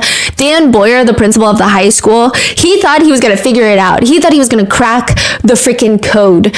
But it just, Kendra would come in, she would be so upset every single day, talking to parents, talking to Dan. She would frame the other kids. Also, another thing, I don't know how anybody thought that this was a teenager texting them, because the way that the text messages, it was just grammatically atrocious to the point where it is clearly an adult trying to be a 13-year-old. Eventually, Kendra just drops the G to everything, and everything becomes everything, playing, nothing, which is somewhat more acceptable, but then she even drops it for leggings, which now become leggings. Stop wearing leggings. There's just no way that a teenager is texting like this. And the fact that all the administrators and even the sheriff later is going to think that it's a teenager is crazy. Kendra, at this point, has been let go from her job. She has been lying to Sean, her husband. She's been lying to Lauren about having a job, spending 8 hours a day doing this, and then showing up to the school every day, demanding answers, pointing fingers, just mayhem. This woman is a menace, and she's complaining. She complains in the Netflix documentary. She says, we were hoping for some type of action, right? So we really thought the school would, let's see what we can do. Unfortunately, in my opinion, I don't think the school handled things very well. Ma'am, you're the one sending the messages. What is happening? Why are you commenting on the investigation into you?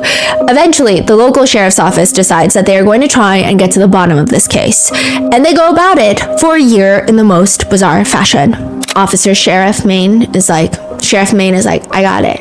The messages started around Halloween. Who was hosting the Halloween party? Chloe Wilson. You know what Chloe Wilson, a lot of the kids said? She likes to use the word bruh. A lot of the text messages say bruh. Her dad's a cop. Her mom is a popular mom at the school. And this is the popular family. So is it Chloe? Now, it does appear in the documentary that Chloe has a bit of a reputation as a mean girl. Some say that she is the mean girl of the school. Others say that she's just popular and confident and has leadership qualities. And just to give you an idea, Chloe has two best friends, Sophie and Macy. They are like the trio. Lauren's not really part of this group, and all three of them are close with Owen. But there were allegations that Chloe and her friends threw carrots at a girl named Adriana. who also happens to be Owen's cousin. To which Chloe's mom says, there were just multiple allegations against Chloe where she was bullying or she wasn't being nice to this person. The principal called Chloe in constantly and she's like, I'm not doing anything. Her dad, Mr. Cop Wilson, says she was a leader at the time. She had a huge friend group. It spanned to several other schools, So I think that to some people, I'm not going to say they were offended by that, but maybe they wanted that sort of thing for themselves. A lot of people don't like this family after the documentary. And I don't know. I think it's bad to say whether we like or dislike Chloe. I think it's hard to say. And she's in such formative years of her life, but the parents definitely give off mean energy. Yeah. A lot of netizens have been commenting, yeah, the girls definitely threw the carrots. For sure. But Chloe, has known Owen since they were younger, and they've always had this on and off crush situation. Both of them kind of had crushes on each other, but never ended up dating. The reason a lot of people thought it was at her at first is because she seemed really jealous of Owen's relationship with Lauren. Sophie says about Chloe and Owen, I don't know how to explain their relationship. They were a little bit more than friends. They kind of always liked each other. Owen and Chloe became really good friends, and then he started dating Lauren, is what Sophie says. Even Owen admits Lauren and Chloe never got along. Chloe wasn't the nicest person. She's not a bully, but she wasn't a nice person by any means, and I think she said some things to Lauren that just made Lauren not like her. Lauren says Chloe always had a crush on Owen. I think she would always just go and talk to him just to make me jealous. I didn't like her because I feel like we just had two completely different vibes. We played basketball together and we just didn't match each other. So when the unknown sender starts intentionally texting about Lauren's bad basketball games and taunting her about her scores, it feels like it might be Chloe who's very competitive on the team. And then there's a message where the unknown sender is like, you scored basically no points. I scored 12. Loser. Kendra is the volunteer scorekeeper at the games. She helps Lauren look up who on the team scored 12 points. And what do you know? The only person that scored 12 points that night was Chloe. She's framing. Kendra is framing Chloe. Wow. Kendra's framing Chloe. Chloe's getting investigated by Officer Maine. Her friends are investigating her. Chloe's so fed up, she ends up giving her phone to Owen for the day. She's like, take my phone. Take my freaking phone, and if you get text messages, then it's not from me. And then there's no message? There's still messages coming in. Oh, okay. Yeah. I was thinking if the mom found out, then she would be like, I'm not texting. Okay. No. So there's no messages. And then even after all of that, nobody believes Chloe. So then her dad, who happens to be a cop, is like, hey, just get your phone extracted. Do a phone poll, right? Do a full digital extraction of your phone, which will show when you delete things like house long to die in cold. It'll show you all those things. What apps you've used, hidden, stuff like that, all of that. I'll allow it. So then they do it and there's nothing. And Chloe's parents have been adamant until since the beginning that it was not their daughter. They even text the sheriff personally. Honestly, Mike, I don't know if you know Kendra or not, but you really need to be cautious. There's a pretty good part of me that thinks that she may be very well doing this. This is what Chloe's dad texts Officer Maine in the beginning of the investigation.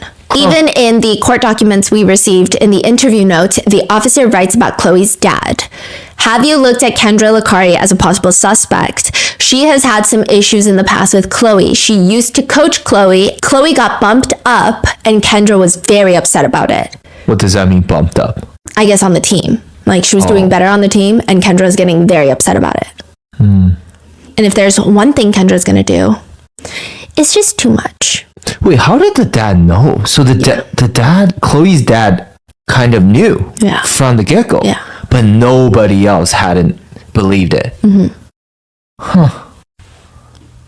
After Chloe gives an extraction of her phone, another message comes in, which is, I talked police yesterday, then kept my phone, searched it, copied it, found nothing bad. Yeah. Still doing it. Yeah. And then a picture of Chloe and Owen hanging out is sent. And then girls be spending night at real cream. I don't know what that means, but it got to the point where everyone realized there's just no way that it's Chloe, which is how Owen's own cousin is the next to be accused, because she is one of the few people that would dislike Chloe enough to frame her for this. She is the one that alleged Chloe and her friends threw carrots at her. Adriana says nervously, they had their group, and if you weren't part of their group, you were considered what I call the outsiders. And if you were an outsider, they weren't nice to you. That's Sophie. the cousin? No, this is Sophie. Sophie says, when we were in middle school, Adriana made up this rumor that we bullied her and that we threw carrots at her. There's no one else that would dislike us that much to make it sound like we were bullying someone else. Meanwhile, Chloe's parents state, parents were involved making Facebook posts. Adriana's mom was saying I'm a victim, that kind of journey. So my finger is pointing towards Adriana. That's what I think it is. So they either think it's Kendra or Adriana. And most people are leaning towards Adriana because they're like, oh, well, she's probably trying to get back at Chloe. Okay, so that's interesting. So you're saying at this point, there are already fingers pointing at Kendra. Yes. Okay, that's also another thing. So in the documentary, it seems like a lot of people didn't even suspect Kendra. Right. But then in a lot of different articles around that time when it actually happened, a lot of sources are saying a lot of the parents in town suspected Kendra. Wow. Because of the way she was behaving. Okay, and she's still going on with her texts, even though people are already coming up? Okay, yeah. Wow. And additionally, there's a picture sent by the unknown sender of a gift that someone had taken at a Christmas gathering, which only Owen and his extended family would have been able to get. I don't know how Kendra got that photo, but she did. So that's why Adriana was suspected for a really long time, which I'm imagining naturally put a divide into Owen's family. Adriana says, I just didn't know how people thought that I could do it. It was just very hurtful because I was the quiet kid at school. I didn't really talk to anybody. I wronged nobody. I was just kind of confused as why they thought I would do that. Yeah. Walking into class after being questioned by Sheriff Maine, everybody was looking at me like they knew what happened. They were looking at me like they knew I was guilty. Kendra is just ruining everybody's lives at this point.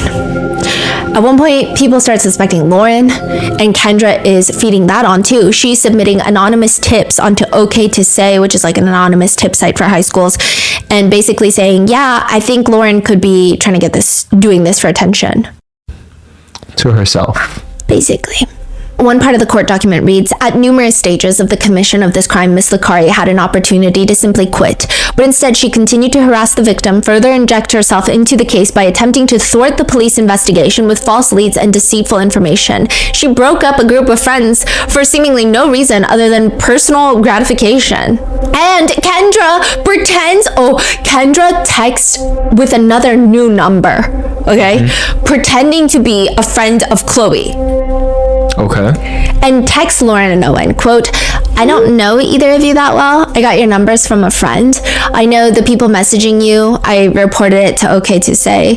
I was with one of them while they were doing it. I hope reporting it helps. I recommend being very careful. They were lying and from what I learned, putting on a very good act. It makes me sick to my stomach to know that they're proud of breaking you guys up. I don't want to be friends with anyone who does this, and I'm going to distance myself from those relationships. I'm just going to leave it to volleyball only. Which Chloe and Sophie and Macy are all part of the volleyball team. I talked to my parents. We made the decision to report through OK to Say, and if needed, they will call the school.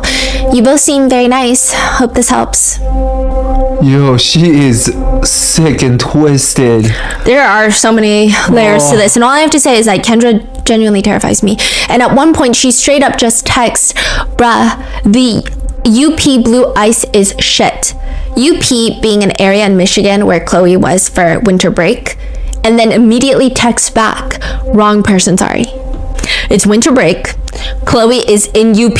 Everybody knows she's there. She texts after sorry not sorry, you look ugly in leggings. Bruh, the UP blue ice and like she's on vacation. Yeah, and then immediately, wrong person, sorry. Yo. Or maybe she was just trying to frame them, because in the full body cam footage that we received, I did see some part that was interesting. Kendra's explaining that she sent the messages because, quote, Lauren struggled with a group of kids at school for a long time, and she was having a really hard, because they were targeting her in a sense, and they were trying to come in between them and do all this stuff. So that's just very interesting. Now, Sean Licari, Lauren's dad, was just not having a good day that day. He found out that day that not only is his wife, the mother of his child, the one sending these messages, but she hasn't had a job in over a year, and she has been lying to him about all of that. All of it. Did we see his reaction? Yeah, and he's upset. He's trying to confront her, like, you need to tell me now in front of the cops, because if they leave and I'm talking to you, like, one of us is gonna get arrested and then no one can take care of Lauren. He's like, what the hell are you saying? You haven't had a job. And at one point she says that she quit from a job recently, but she was let go like a year ago. But so he's upset with that, obviously, because she's lying. But is he upset about the daughter situation? A lot of people were upset with Sean about it because in the body cam footage, it seems like he's more fixated on the job thing. Right. I will say, though, I think a lot of it probably has to do with the fact that the job thing is something that he can actually express anger about. It's something I think is more manageable in his mind to showcase his anger, because it seems like Sean is a really good support system for Lauren. Afterwards, he does divorce Kendra immediately, but I think the text message thing is so shocking. I don't even think he can wrap his mind around it to even ask her the right questions or any questions. Are you telling me the truth? Are you lying? No, When did you give out? Go from there. same time. So you've been lying to me for like 6 months, a year, you haven't been working for Texas? Right. So I think he starts with the job thing. I also wonder if there's more to the job thing, because in one of the other articles, it was talking about how, and this wasn't in the documentary, so it's just kind of like piecing together all the things. It was talking about how a lot of people that worked with Sean knew that something was off with Kendra, because Sean would come into the auto body shop, he's a mechanic, and he would talk about how, well, they're getting evicted because they were scammed by some person in New Mexico. Well, the car, and he believes all of it, and all the coworkers are like, So they're like financially stranded for a year. Yes, and Kendra is making up all sorts of crazy lies. Oh, her check bounced for the kids something because she had someone hack her. And Sean just believes it, and I wonder if it got to the point where he confronted Kendra and Kendra got mad at him and he's defending Kendra. I don't know. I don't know. But he's... I think netizens are being hard on him and Lauren based off of this body cam footage. Lauren? Yeah, because she doesn't really show much emotion, and that even caused people to accuse her of being part of it. How old was she then? 15. I think, first of all, I think the language that the officer gave was so vague. And I think the officer said it in such a way where it was almost too sympathetic to Kendra for Lauren to have. I think it just, I wouldn't know how to respond to that.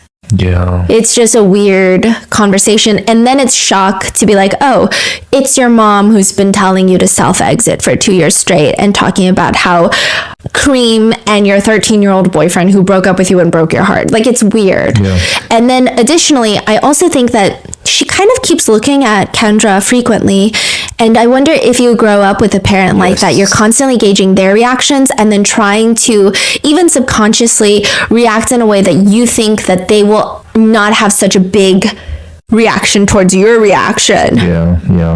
I see the complication of the emotions. Like the mom's super manipulative and yeah. Because even at the end, Sean is like, you're gonna go. You're gonna call your parents and you're gonna go. And Kendra is like on top of Lauren, is like, no, I can't leave her. And he's like, no, you're gonna go. Wow. Yeah. Okay, you need to go somewhere tonight. I don't know where you're gonna go, but she's gotta go.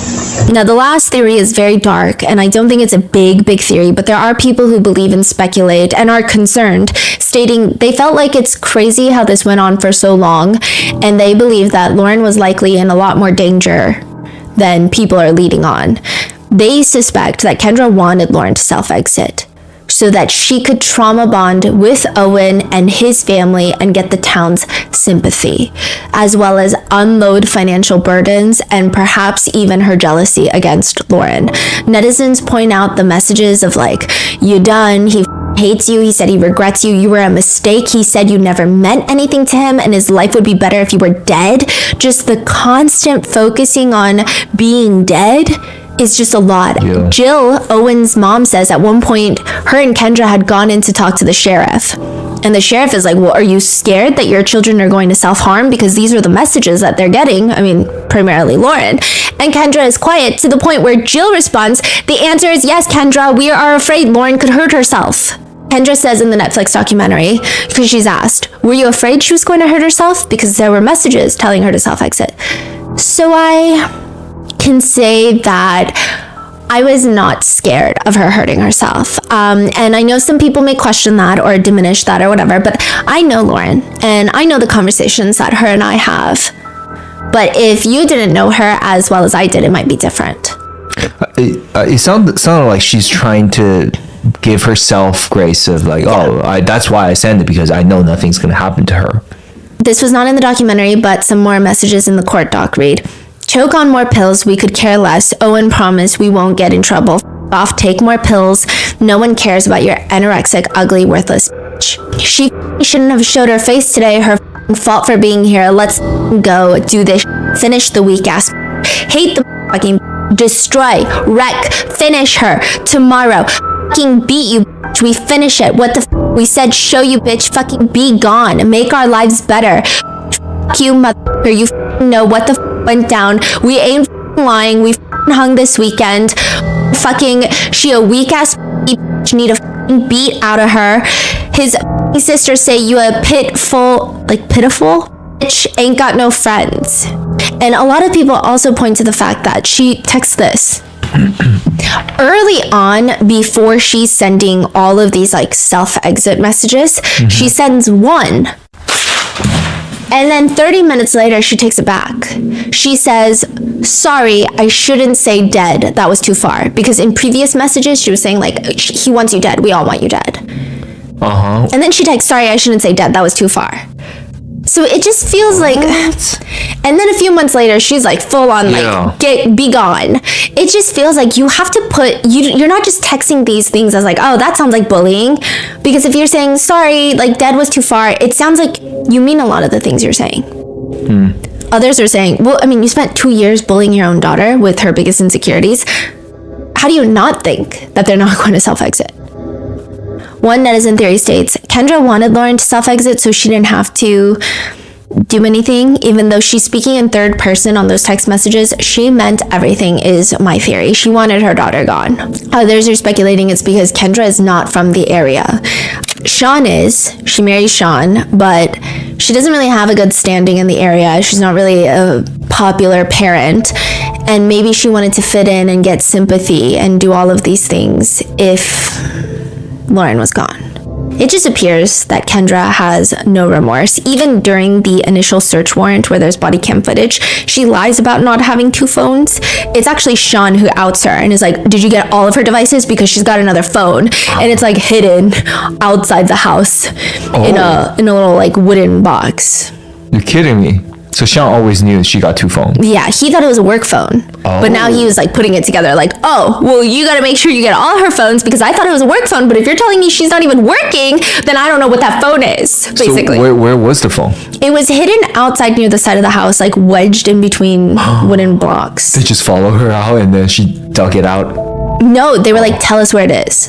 And they were telling her in the body cam footage, hey, so you need to tell us where all your devices are. We don't want to, but we will flip this house upside down to look for every single one, unless you just tell us. So she tells them. And about that day, Kendra will later tell Netflix, it was a very high emotional day in our house. A day of confusion, unknown answers, shock, a day of not knowing how we move forward to the next day. So it was a hard day, but at the same time, it was an end. I think it was more of a mistake. It took me out of real life in a sense, even though it was real life. So when I was doing that, I wasn't myself. It removed me from everyday life. Just kept going and going, you know? Wow, that's a way to describe it. Yeah. Lauren says, I think the shock feeling turned into sad, which turned into mad, which turned into crazy. I didn't even know how to describe the feeling. Why would mom do this? Like, did she really have to do this? Like, I can't believe it, honestly. I was just really confused. She told me to self-exit. It makes me feel a little bit sad. Like, why is my own mom telling me to do that? I've like talked to her about it, but not necessarily like, why did you tell me to self-exit? I still question it every day. Like, I still don't know why. The documentary director is later interviewed by Variety, and they state, Kendra is a little bit of an enigma. I think that she had a lot of time to think about what she did. She was in therapy when she was incarcerated, and I believe that she's still seeing a therapist. She had put thought into what she did. I don't know that she's fully recognized or realized what it was that she did or why she did it. I guess only Kendra can answer that. They're asked by Variety, I would never want to show my face again if I were her. Why do you think that she sat down for your cameras? She was nervous about going on camera because just sitting down and telling your story is a nerve-wracking thing sometimes. But she was so great, and she actually ended up really loving the experience. At the end of it, she said it was kind of fun. She laughed about things, and I think it was really an opportunity for her to think about things a little more in depth. Every time I would ask a question, she would really have to think about some things, and I think that was really good for her. To which one netizen comments, I'm sure she genuinely thinks the documentary is about her. Her eyes were excited during the whole documentary. Yeah. Which is interesting because the reporter from Cut, who did like a think piece on this case, reached out to Kendra while she was in jail. And Kendra's response to her was, I do ask that you truly think about the kids that are involved in this situation.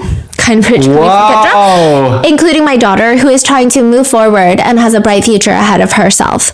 These stories are doing additional harm to her. I can handle the pain, but she cannot and does not deserve it. She is moving forward with life and doesn't deserve to be put in the spotlight anymore, or having people thinking her mom is a villain, as that is hard mentally and emotionally for her. They will never change. No. Sean has been going through it. The officer said Sean was just like a broken person. Sean says, I'm like, are you for real? I said, this is my wife doing this. I just can't believe she would do something like that to her own daughter that supposedly she loved dearly. You know, a 14 to 15-year-old girl. You know, it just makes me sick. She stabbed me in the heart, shot me in the heart, and threw it away. Netflix interviews Lauren twice. So they interview her while her mom is serving her sentence, 19 months in jail. And Lauren is telling them, not having a relationship with my mom, I just don't feel like myself. I feel like I really need her in my life. I know my dad's angry and probably like never gonna forgive her, but I just kind of put that aside and just have the relationship with my mom that I want. The director asks, do you think people judge you for missing your mom? I think some people might have their own opinions on it, but honestly, I would say I don't really care. But when they come back a year later after Kendra has been released, Lauren is forbidden from seeing Kendra during her, I think it's because of her probation, but Lauren says that she's approaching it with caution. So it seems like she's actually more hesitant now. So maybe that time was good to process everything that's been going on. Yeah. But the judge in Kendra's case states, to be candid, you know, this was truly a horrible case. It's the kind of case that makes me glad that when I'm done with my term next year, I'm retiring. Like, Kendra is driving Your Honor up the wall with this one. To have a judge that oversees criminal cases excited to retire because of what you've done, I mean, that's got to be as far as you can get. The judge goes on a rant about the internet, telling the courtroom all the communication on the internet, just horrible people. Just horrible people. They will hide their identity and they'll act in a horrible manner. Sometimes you see the worst in human nature because people, they realize they can say whatever they want on the internet. Kendra states very vaguely that she's embarrassed, she's sorry, and this and that. And her attorney is saying that it's all because of the trauma of being R-worded when she was 17. And she is reliving it now that Lauren is approaching that age. And it's a mess. The judge says, I'm empathetic to your mental health issues. I received the psychiatric evaluation this morning. When I read the pre-sentence report, I wasn't getting any sense of why this occurred. Normally, you know, acting as a judge when I'm dealing with a criminal defendant, I know why they're doing what they do. You know, people addicted to drugs, they possess drugs, they use drugs. People that are thieves, they steal. It's not right, but you can kind of understand, you know, why a person is in front of me. This case is inexplicable. I read the psychiatric evaluation today. That gives me a little more insight on why you did it. But, you know, it doesn't excuse what you did, and, you know, because you know that, because you just told me that. Basically saying, like, I kind of get it, but not really. Even after reading your psych eval, I don't get it. Yeah. Even Owen is like, how could a mom do such a thing? It's just crazy that someone that close could do something like that. Not even just to me, but also to her own daughter. What else has Owen, Jill, like his mom, like everybody said about when they found out? Or They said that they were just shocked. Yeah, Jill like told the FBI agent, no, it's not Kendra. There's no way it's Kendra. no way. And then it was Kendra, and she was pissed because like the act of Kendra every day for years going and trying to find, let's all sleuth together, let's find who's harassing our kids. Meanwhile, it's her. And Jill took it really hard. There would be days, there was one time Jill was talking about where Owen came into Jill's room and he was so distraught. He tells his mom, it's your duty as my mom to protect me and find out who's doing this to me, and you're not doing that. And she was so frustrated, she's like breaking down crying. There are emails. Kendra is writing emails to Lauren when she was in prison. And they read, hello, curly monkey head. I'm mad at you. You made me sad. You only said bye. You didn't say I love you, but I forgive you. XOXOXOXO. I love you. Have a finawestric day. It's a combination of fantastic, awesome, and terrific. Another one reads, good morning, beautiful daughter. I miss you like crazy. You are the brightest light in the universe. Sending butterfly kisses. Call you tonight. I love you. Love, love, love, love, love, love you. Now that she's out since August 2024, Lauren has not seen her mom. She says, I think I want to trust her now, but I don't know if I can. Now that she's out, I just want her to get the help that she needs. So when we do see each other, it doesn't go back to the old ways and how it was before. Being without that relationship, I think, is really hurting me. I think rebuilding our relationship will help both of us a lot. Kendra says, even though she hasn't seen Lauren, we both know that we're with each other no matter what. I definitely think that we can have a healthy relationship. I know that we both hold that bond that we have very close. There is another part of the documentary that is under fire. Near the end, Chloe's parents are sitting at a table and they say, well, Chloe's mom says, I told someone else that Sean and Lauren are going to play this off like they were the victim in this shit. They had no clue what was going on and they're going to get away with it because Mike Main didn't do his job and investigate them. And that's exactly what happened. So she's accusing Sean and Lauren of being a part of this. What? Yeah. To which netizens are on the sentiment of, Chloe's mom is saying cruel things about Lauren and her father, who have literally lost everything, saying they're playing victims. No, ma'am, they are victims, and it's so desperately tragic. I feel so bad for both of them. So they're saying, yeah, we also feel bad for Chloe, but like you can't just say stuff like that. Yeah. Furthermore, Chloe's mom apparently last Halloween dressed up as a scarecrow in a prison jumpsuit with a mask of Kendra's mugshot and had a bunch of fake cell phones taped to her hands. Netizens naturally had a field day with that, with some writing, the scarecrow thing is demented. Who mocks an absolute horrific tragedy of abuse and mental illness like that? Chloe's mom and the other moms are just as bad, in my opinion. To which someone responds, Kendra told her own daughter to self-exit. In no way are the other moms just as bad for a tasteless joke. Chloe was also a victim here. An adult woman tried to frame her for harassment and cyberbullying. I give her mom some leeway. But another comment reads, what stuck out to me in the documentary was the Wilsons. Chloe's family, all three of them, the not my kid attitude when clearly their daughter was a mean girl. Again, I have no opinion on Chloe and I don't think we should. We really don't know much about Chloe, but I will say her parents are kind of conducting themselves in a strange way, at least in the documentary. Another comment reads, my heart aches for Lauren and her dad, Sean, Owen and his cousin, Adriana. Owen's parents seem like good people, but poor Lauren. Chloe and her parents give off real bully vibes, and Kendra is just bad crazy. Everybody needs to get out of that small town. That's the moral of the story, is what the comment is saying. Some people have thoughts about Owen. Owen says in the documentary that I haven't talked to Lauren since a very long time ago. Yeah, I was mad at Lauren. I don't think I'll talk to her in the future. Some people are really upset with him for that, saying that why is he upset with Lauren when she's also a victim? I think it comes down to when it came down to Kendra's sentencing, Lauren and her family Lauren was very supportive of Kendra. And Owen and his family clearly wanted Kendra to have a longer prison sentence. So I think it put them at odds, and I'm sure it's really complicated. And some people are just confused, like, how is Kendra not exhausted after lying like this for 2 years?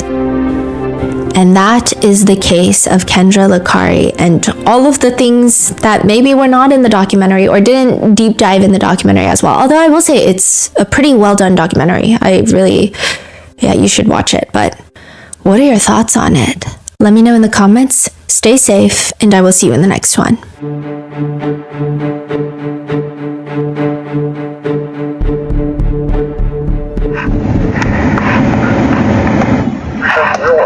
I'm gonna be out. That's Lauren, it looked like. Lauren, the daughter. Oh, is it? Kendra had shorter hair. No.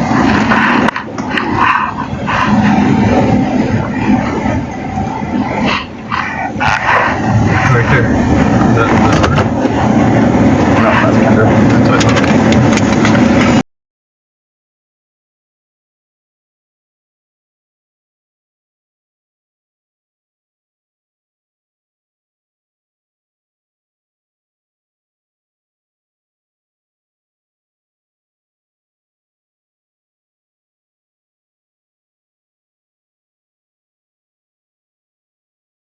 I want you to sit here, Detective Scott. Do you have your phone on you? Yeah. Here's the search warrant. Do you have any other devices you use? Do you have a laptop? My computer is outside, Where is it at? on the back porch. Backboard? Is it a laptop? Yeah. Okay, do you have any tablets or anything? No. So just one phone and The laptop. a laptop? And how old is it? Like, is this phone new or older or? It's old. All right. Did you know this was coming? No. So this is the deal. When we were doing the investigation and the FBI got involved, we come up with some stuff that comes back to you. What do you mean? The messages coming in originating from you. No. Okay, well, that's what we're gonna decide because, I'll just be point blank on it, all right? I don't know what's going on, and obviously you guys moved around a little bit. There's some things obviously going on. Are you and Dave, your husband? Sean. Sean, sorry, Dave was. Yeah. You and Sean still together? Yes. All right, so obviously there's some issues because you bounce around houses a little bit, some things going on here. So, and you gotta be honest with me here, all right? You gotta be 100% because if I find one thing on any of these phones, I can't help you, all right? Right. So, during a period of time when they were doing that, every message that went to the kids, your number come back through Pingree or whatever it is, the app that's tried to hide it. Your number, even though it was being hid, showed up every single message. My number? Yep. Now, you gotta be honest with me here, all right? So there's lots of odd things that are going on and I need to find out the reason why and we need to get it under control, right? So whether that is something that you need some help with or whatever it is, but you gotta be honest with me here, like it's up, the gig's up. If I find one thing on that phone and you don't wanna talk to me, I can't help you, I can't show remorse, I can't tell a prosecutor, like nothing. So just tell me what's going on and why. I have my idea, but I want you to tell me, and I'll tell you if I was right or wrong. You're not going to jail. I'm not taking you to jail.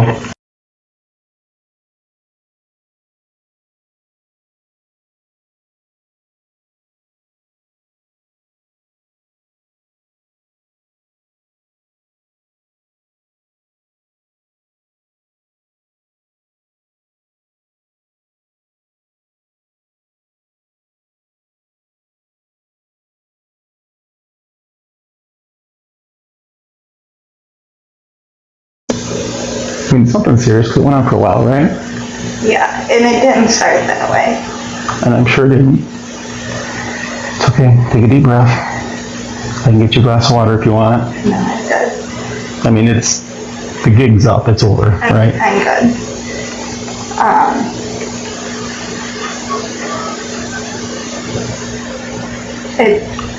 I don't even know. That's okay, just start from the beginning. So they were dating, and then they broke up. So how did it really start? Like, why did it start did it start during, when they were still dating? It did. Was he treating her bad? But it didn't, the first ones didn't start, like, with me. Okay. I will say that. Those ones were, like, random or whatever. So somebody else started those, you don't know? But then I, like, fed off of it some. I get it. Was it because they broke up? No. she's struggled with a group of kids at school for a long time. And she was having a really hard time because they were like targeting her in a sense. And like they were trying to like come between them and do all this stuff, and she was having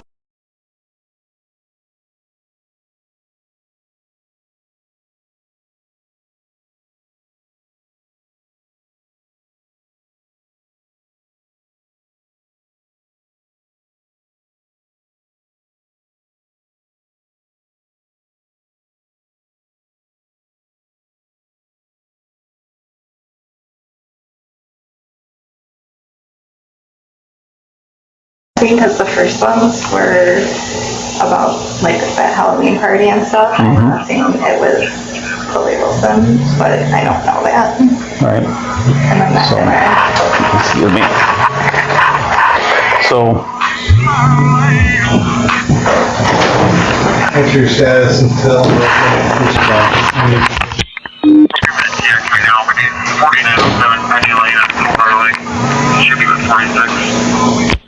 3701 Central, I apologize, I turned it down too far. We're secure, no need for status.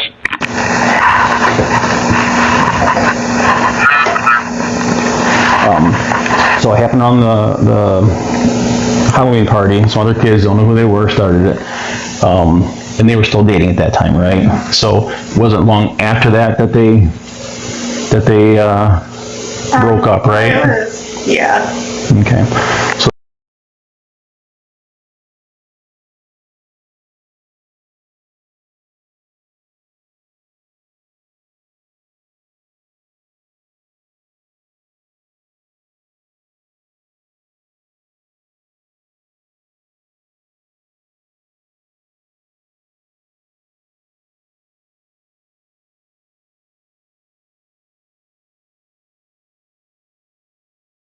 others that are gonna want to know because their daughter, like the Wilsons, has been accused of all this throughout, and it's a bad deal. I get it. I'm not going to leave here until I know you're safe, that she's safe, that you contact your husband or whatever you want to do. Well, no, I mean we're. He's just talking to her. Oh. We're like I know I'm safe and everything. Like I'm not worried about that, But I want to make sure she's safe when she finds out, because those messages. Go ahead, sir. I'm concerned about like.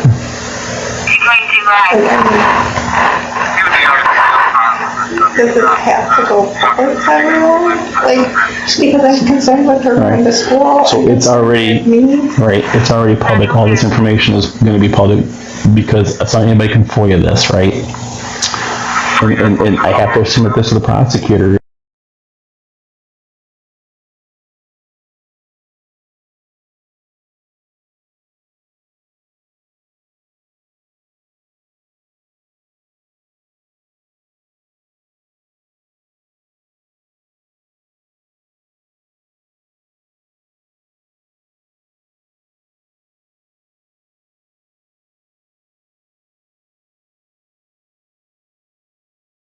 That was to her, that was pretty bad, right? I mean, you didn't mean to hurt her and it just got carried away. I get that, but it's still going to impact her, right? I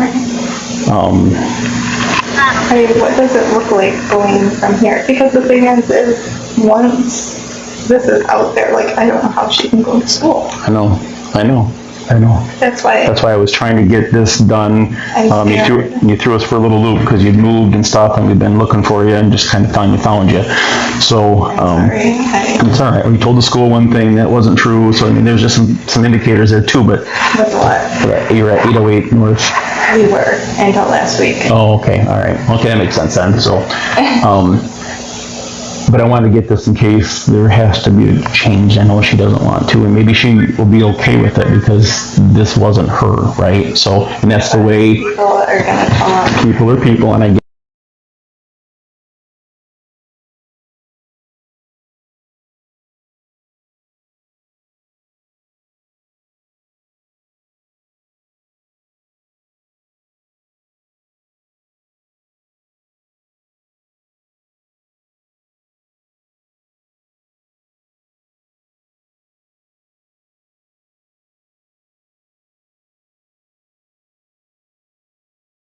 hold on to that long.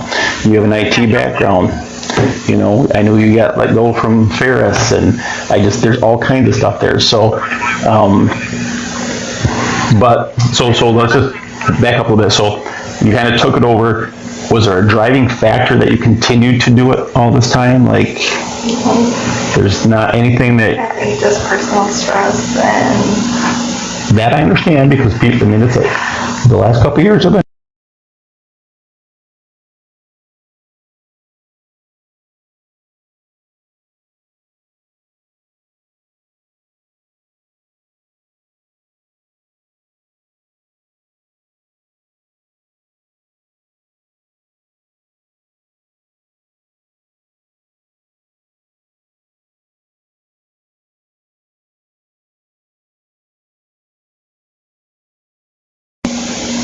This is the phone you've been using, right?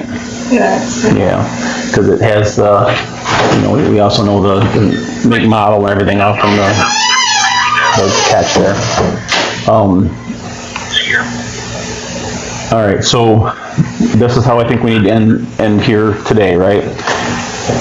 When did your husband get home or out of work? Not till like 3:30. His parents will be there at some point too. I don't know when. Because I'm not comfortable leaving you and Lauren alone right now. This is a lot to take in, and I appreciate you being honest and coming forward with all the information, right?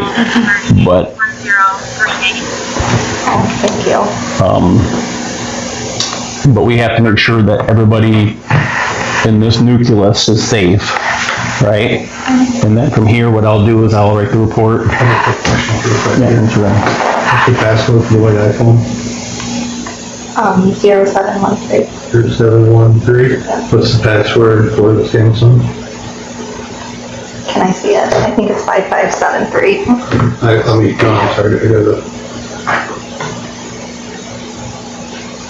5573. 5573. Yeah. Yeah, it's okay. Okay. Yeah, just do it real quick. I'm My not bad. Android. Okay, and then where do you put these in there? Android.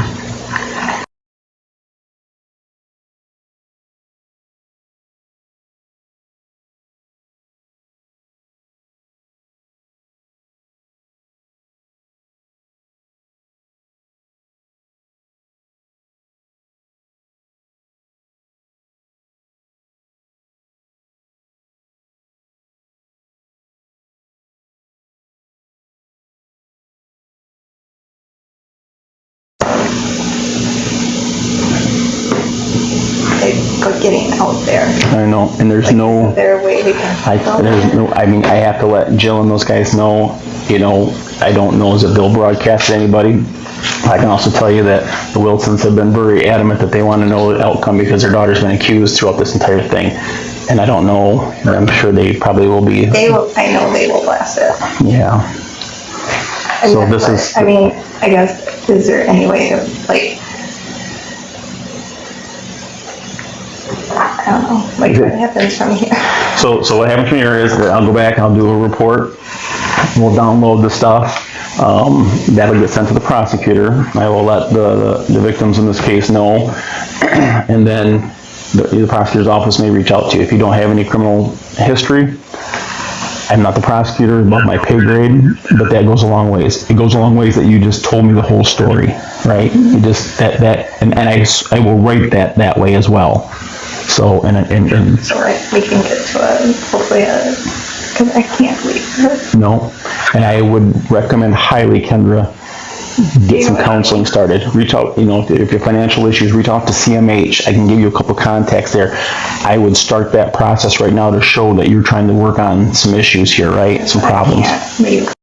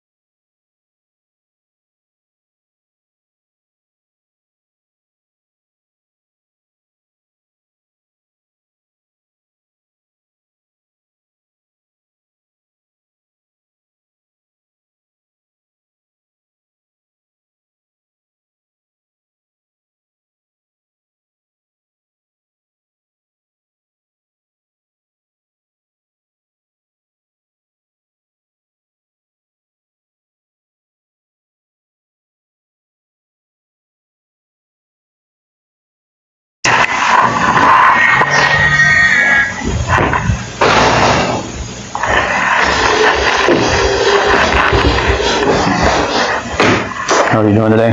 Good. Your mom comes back out. We're going to chat for a few minutes, okay? I don't fit in the chair. Sorry. You're good.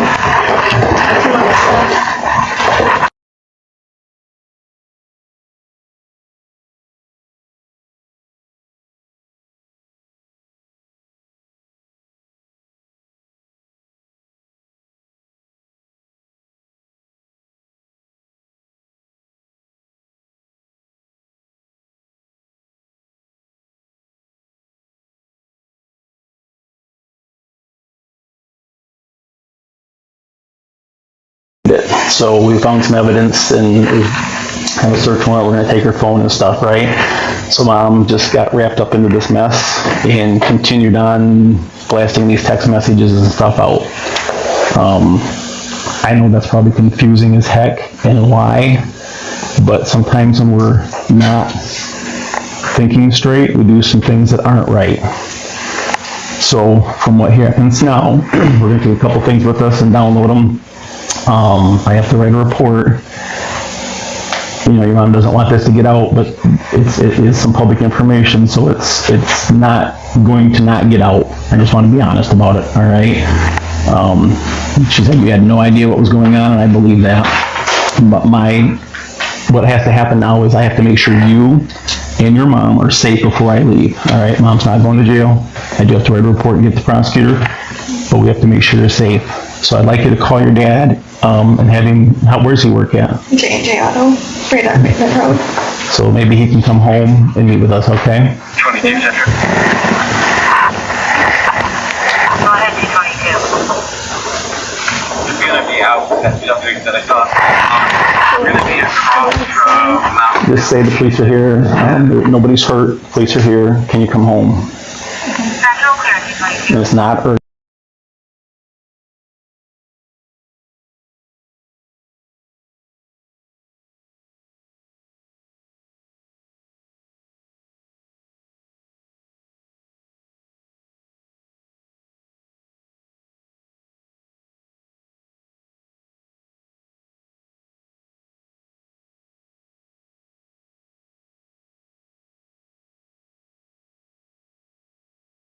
Hey, do you have a minute to chat where you're available in someplace quiet? Yeah. All right, so you don't have a car. I was going to have you come home. So during our investigation, we discovered some evidence that led us back to Kendra. Kendra has explained to me that she got wrapped up into this. She didn't really start it. Some other people did. She didn't know who, but all these text messages and stuff, and she just continued with it. Kendra is not going to jail today. I'm just going to write a report and let the prosecutor look at it.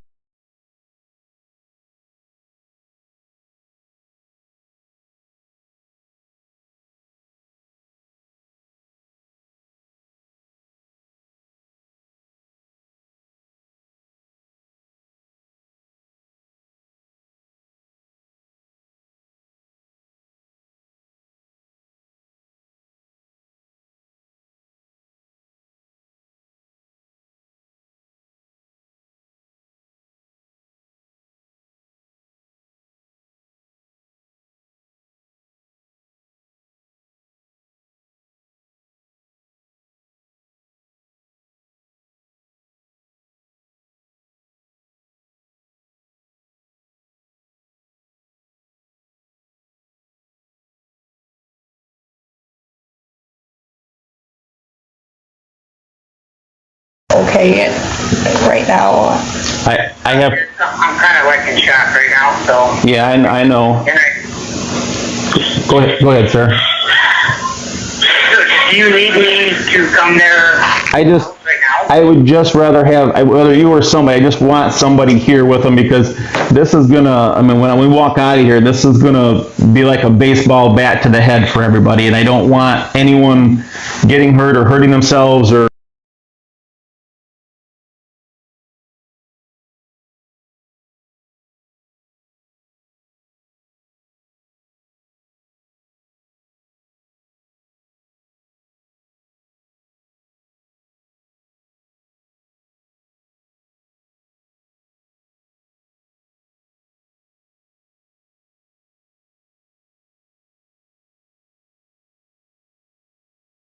Yeah, absolutely. Take a minute.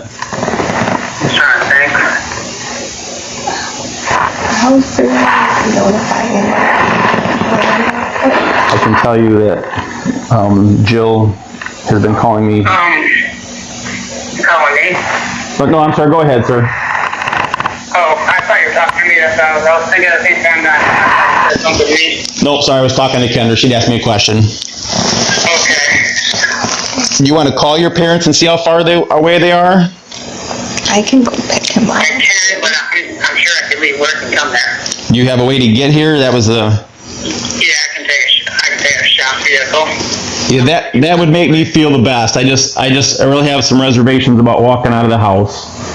Right, yeah. Is there any way I can talk to you privately if I get there? Yep. You want to do it on the phone, or you want me to wait before you get home? I'd rather do it in person if that's okay. Nope. I'll be here waiting for you. Alright, I'll be there. Give me just a few minutes. Thank you, sir. Yeah, thanks, Mike. Bye-bye. What model is this iPhone? S9, S9?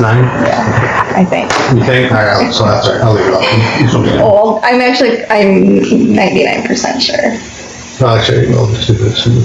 Right. Oh, that iPhone. So I can tell you that a while ago, I started having some conversations with Jill because things weren't lining up and adding up, and I was seeing some things, and so she started saying, well, there was some strange things here and there, and so she's been pretty adamant that, in fact, as of this morning, asking me again where we're at with it. We were all set last week to come knock on the door, but again, we didn't know where you were living, and we hit the wrong door, and we knocked on it, but so there's no, we just got to rip the Band-Aid off. There's no good way, right? There's no good way.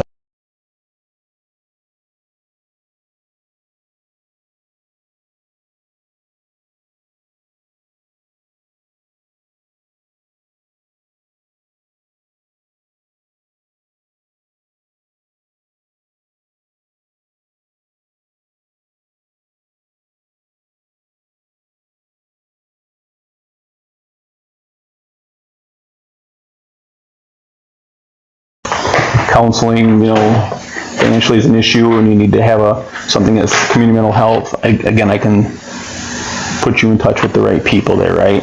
So I highly recommend that you guys reach out to some level of counseling to, because this is going to be a tough family dynamic thing to move through, right? Right. If there is good news, it's done.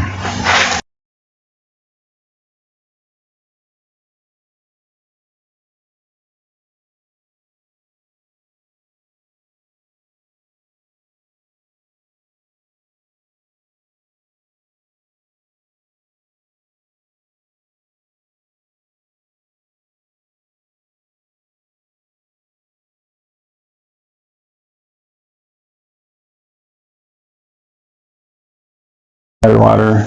Oh, okay.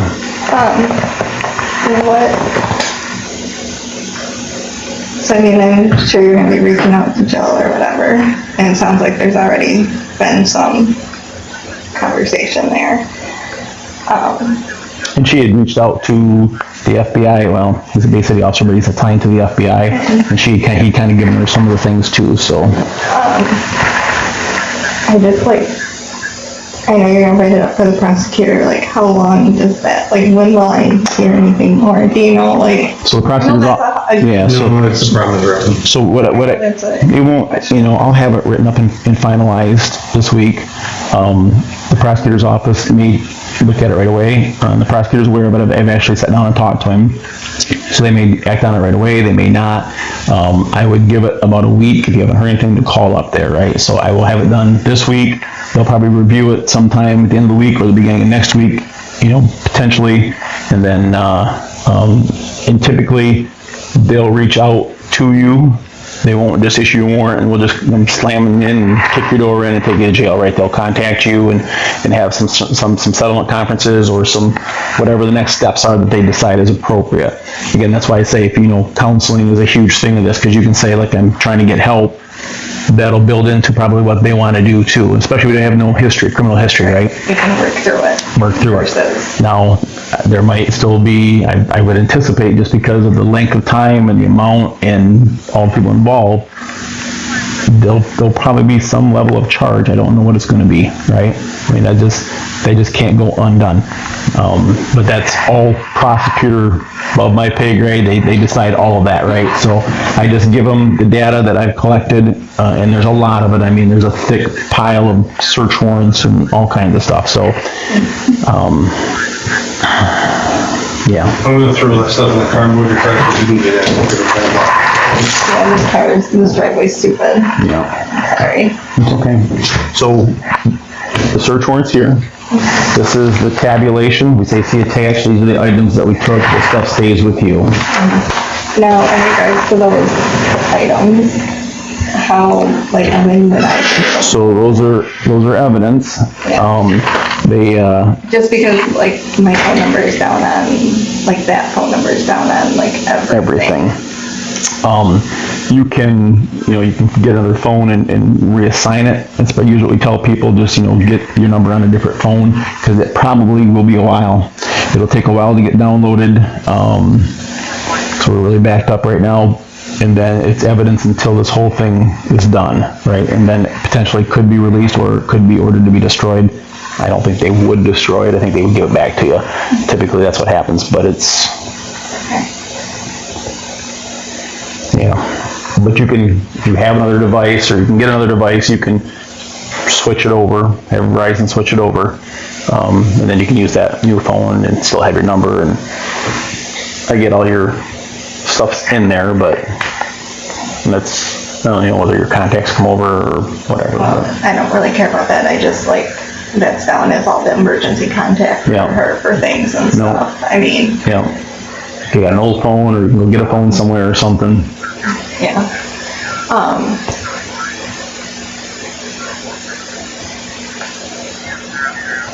But, like, you guys aren't going public with this besides telling, like... I'm not putting this in the newspaper. I'm not putting it on our Facebook page, no. So...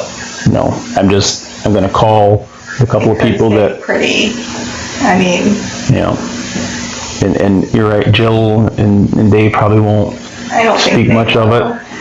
I can't say the other. I just know Angel and Dave. I know they'll kind of...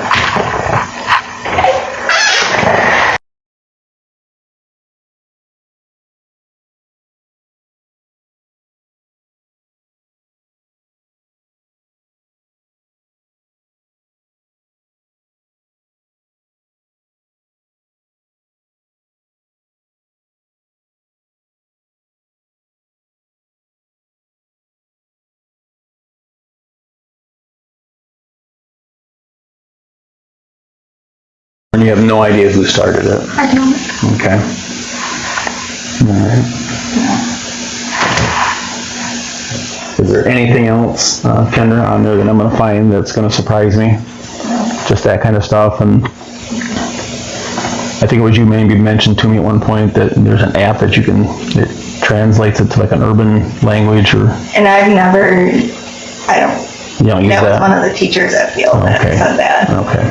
That told us about that. I forget what it's called. It's kind of like Google, but it's something else. But you weren't using that? No. Okay. That's just Sean coming off the driveway. So I thought I saw something flicker. You want to go over everything real quick? Yeah, I'll go chat with him when I get in here.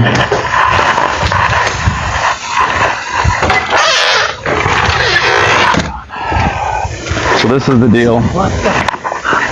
Yeah, so about halfway through this, I started getting a little suspicious about some things, seeing some strange things, and I'd heard, Kendra had been back in by the school, kind of using their Wi-Fi, and just weird things that didn't really fit. So when we got the FBI involved, their analytic unit, they sent her a link, and she actually clicked on the link at some point and downloaded what type of phone it was. Really what was damning was they took like a 24 or 48 hour period, and it was Pingree or something like that. It's like something that hides the phone number, but it really doesn't hide it. So they were able to dig down through there and get to it. So every time the kids received a message, her number came back. So that was enough for a search warrant. And that's why we're here today. So we took her phone and her computer. As my detective was collecting that, I started talking to her. I said, it's over with, it's done. Tell me. And she said it started with some other kids. She don't know who started it back at the Halloween party originally. And then she just took off with it and it just created a whole life of its own. May I ask you, what phone did you take? She had it in her pocket. I can show you. So, She's got a couple of them. okay, well, I have a search warrant for all of them, so I'd like to get all of them, because I said, listen, kind of this is the deal, like, this is a dynamic issue with your family. I know you guys are struggling with lots of things, but you got to reach out to counseling, like CMH or whoever else, and show that, you're trying to get some help, because this is your daughter that you've been saying these things about for a year and a half. So there's some serious things going on here. I'm above my pay grade, whether she needs medication or counseling or whatever, but that's just not normal for that to go on like that, say that to go that long. For that long. 17, I mean, Almost 2 years. right. Yeah. So she's really, I only know bits and pieces of it, yeah. to be honest with you. Well, I knew when she quit communicating with me that I was on the right track, because she fell off. I would send something, like ask her something, I'd get nothing. See, I caught her with another phone, and she said she doesn't do nothing when I found it. And I don't know where it went from there. All right, well, we'll go back in, because I told her, I said, listen, this can never happen again. Like, I said, I'll write it up that you were honest, you told me the truth, and that's how I'll present it to the prosecutor. I've been at that husband. Should she put a kid? I mean, Well, so this is the deal. I don't want to be that bad. No, I know. Dad, I mean, The charge is felony stalking. That's what the charge is. She doesn't have a criminal history. The prosecutor makes those decisions. Do I think she'll get a charge out of it? I think so. Does she spend jail time? I would say probably not a lot, if any. I mean, but it's, prove a point. I know. I know. Not let her just stay here. I mean, But there's obviously a level of mental health disconnect there that she needs some help with. And if the money's not there to get a counselor, to hire somebody, or through your insurance company, if you have insurance, whatever. And then we were sent to Lincoln, and so I knew there was a lot of things going on. yeah. Yep, I know she was like going from Ferris, and she had IT background, so there's just all these things started to compile together. Wait, you just said she let go. Tell me she quit. I was told by somebody I know over there that she was let go. She was no longer employed. So I think there's more to that story too. Now, I didn't do a subpoena over there, and I certainly can, but I don't think I need to. I just think there's a lot going on in Kendra's world that Kendra asked about it. But we do want to go in and ask her about this other phone, so I appreciate that. And those devices need to be away from her. And I was clear. No, is that her work computer? I can show you which one it is. I don't know what it is. It's a gray. Cell phone. Check that. 2 1 of 8 will be the birthday. I apologize. No, he called me off guard. I knew this was going to be a long, hard, yeah. Well, I think you took them out there. I'm sorry. I didn't know your boss was here. That's all right. Sorry. Hey, Kendra, so I want to be real clear here. Like, do you have any other devices? Because apparently there's another phone somewhere. So where's that at? You got to tell me, right? You've already confessed to it. You've got to tell me where it's I at. don't want to rip this house apart, but I will. Okay, and that search warrant right there gives us the authority to flip it upside down and have no will to destroy this house, but I will. It's outside. Outside where? Outside. Side house where you try to walk away from this? Okay. Okay, I'll go grab the other copy, because I unlocked the Can you, and I'm telling you, Kendra, so, and I get it, I'm not mad at you for not telling me the whole truth. I very seldom get the whole truth from people, but you have to be 100% across the board that there's no other devices, items, there's nothing else, nothing I'm gonna find on these devices that's gonna shock me that I don't already know. There's that. I'm gonna say something while he's here, okay? What phone is that one? That's that one. I'm gonna be No, honest. that's that one that was on the couch. The one, the third cell phone. So he's got your main phone. Now, That white one, is this your and work that phone one. here? So he's got all three. No, we have two. We have a Yeah, laptop. 2, but that'll be all 3. Oh, 3 devices. Yeah. And then the laptop. So is there 2 phones or 3 phones? 3 total. My original phone, like my actual phone. Yep. That iPhone you already have, and then there's another iPhone. We only have 2 phones, including the one he's getting right there, right? No, there'll be 3. And I could be wrong. The detective was collecting that stuff. So Samsung Galaxy, white iPhone. Okay, all right. And then the laptop. Book also. All right. And there's nothing else. Okay. And those are the kind of things that jump off, right? I mean, I can't help you, if you lie about stuff, that's how it gets written in the report, so. And I thought it was strange that you took right off walking away from us. So while these guys are here, just right on board. It's on some of the wood right there. You want me to come out there? So what happened with Ferris? Tell me the truth. It's time to get it off your shoulders. If I blow a gasket 1 million, I'll probably go to jail, so tell me now. I got let go from it. Yeah, what about the Texas job? You still have that, or you got terminated from that? I don't have that.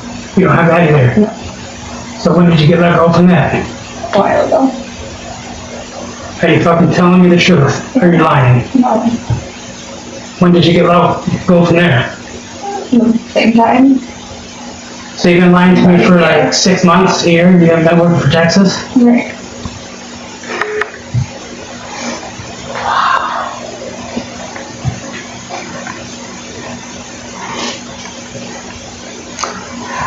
This is why we need to get counseling, because there's a lot going on here, right? So do not just brush that off, okay?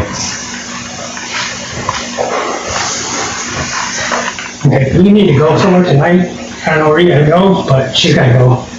Okay, Mike? I can't make one leave or not, so that's the thing, because you're both living here, but obviously we don't want a domestic, but we want people to be safe. You need to call your parents. Have them come with you. Because this is it. I can't do this anymore. If you got a house, this house, now I know what the truth is. And having her in the middle, this is not good. Okay, you need to call your parents. Where's my phone? You need to go. You need to call your parents. No. Well, he's here. No. You need to go. You gotta go. I'll call him. Sean, just wait for a second, please. I can't do this, Kendra, I'm sorry. Kendra, sometimes just a few hours apart to let things soak in. But that's what I'm saying, will you not call them, because... Nope. No, I don't wanna go there, Sean. Well, where are you gonna go? Where are you gonna go? Well, my parents are 2 hours away. That's fine, they're retired. But if you're gonna go somewhere, where are you gonna go? Because somebody's gotta watch you, because if you do something stupid, then we're gonna have, I don't And wanna you do anything else. can't, and doing something to yourself will devastate, right? I can't leave her. Well, you're gonna. And if we need to go to the hospital and talk to somebody right now, I'll make that happen too. Where the heck? I can't leave her. No, you're gonna. No. I can't. Would you like to go to CMH and talk to somebody right now? Because Password on this one? You go set up in the phone. This one is dead, so what's the password on it? Hey, Cat, Sean. They're not always.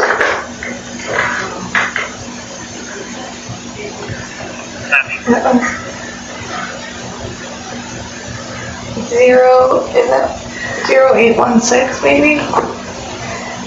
I think it'll turn on. I just have to hold both.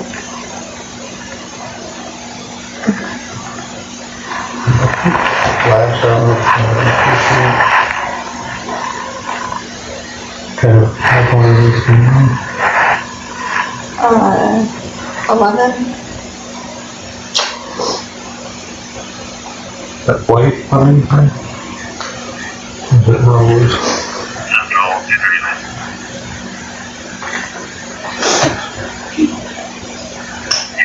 Did you wipe this for, as we pulled in? No. I didn't do anything. Are you sure you don't have to reset this? No. Did it say service? No.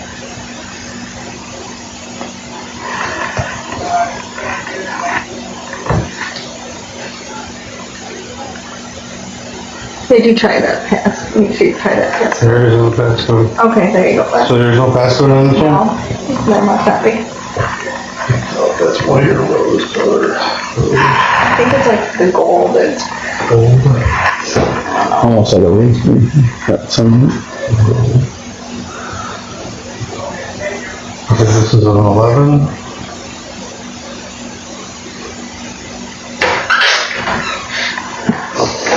Okay, they're getting their stuff around and they're gonna head north. All right. They're in Waterford, so. I don't want to go with them. Well, your dad, mom's on the way. So I told her I'd talk to them face to face. They don't want. And Kendra, you guys need some time to process and be apart, but you have to be with somebody that you're safe with, because it's not fair. I don't. And I hope not, but I've seen people with less going on have those thoughts, right? So,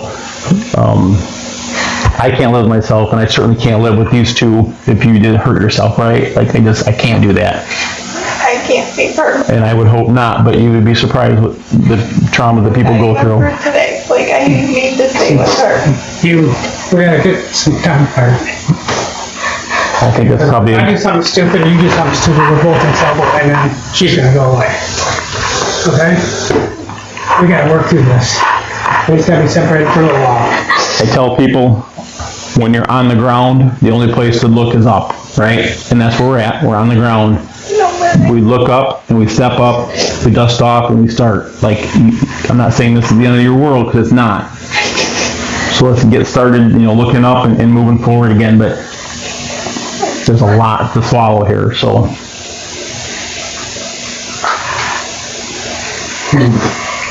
Sean, I'll explain to you, so search warrants here, this is the tabulation, we just say see attached, you'll get a copy of that. So the things we took, this all stays with you guys. This is my copy. Yep, these are the copies for you guys, yep. All right, perfect.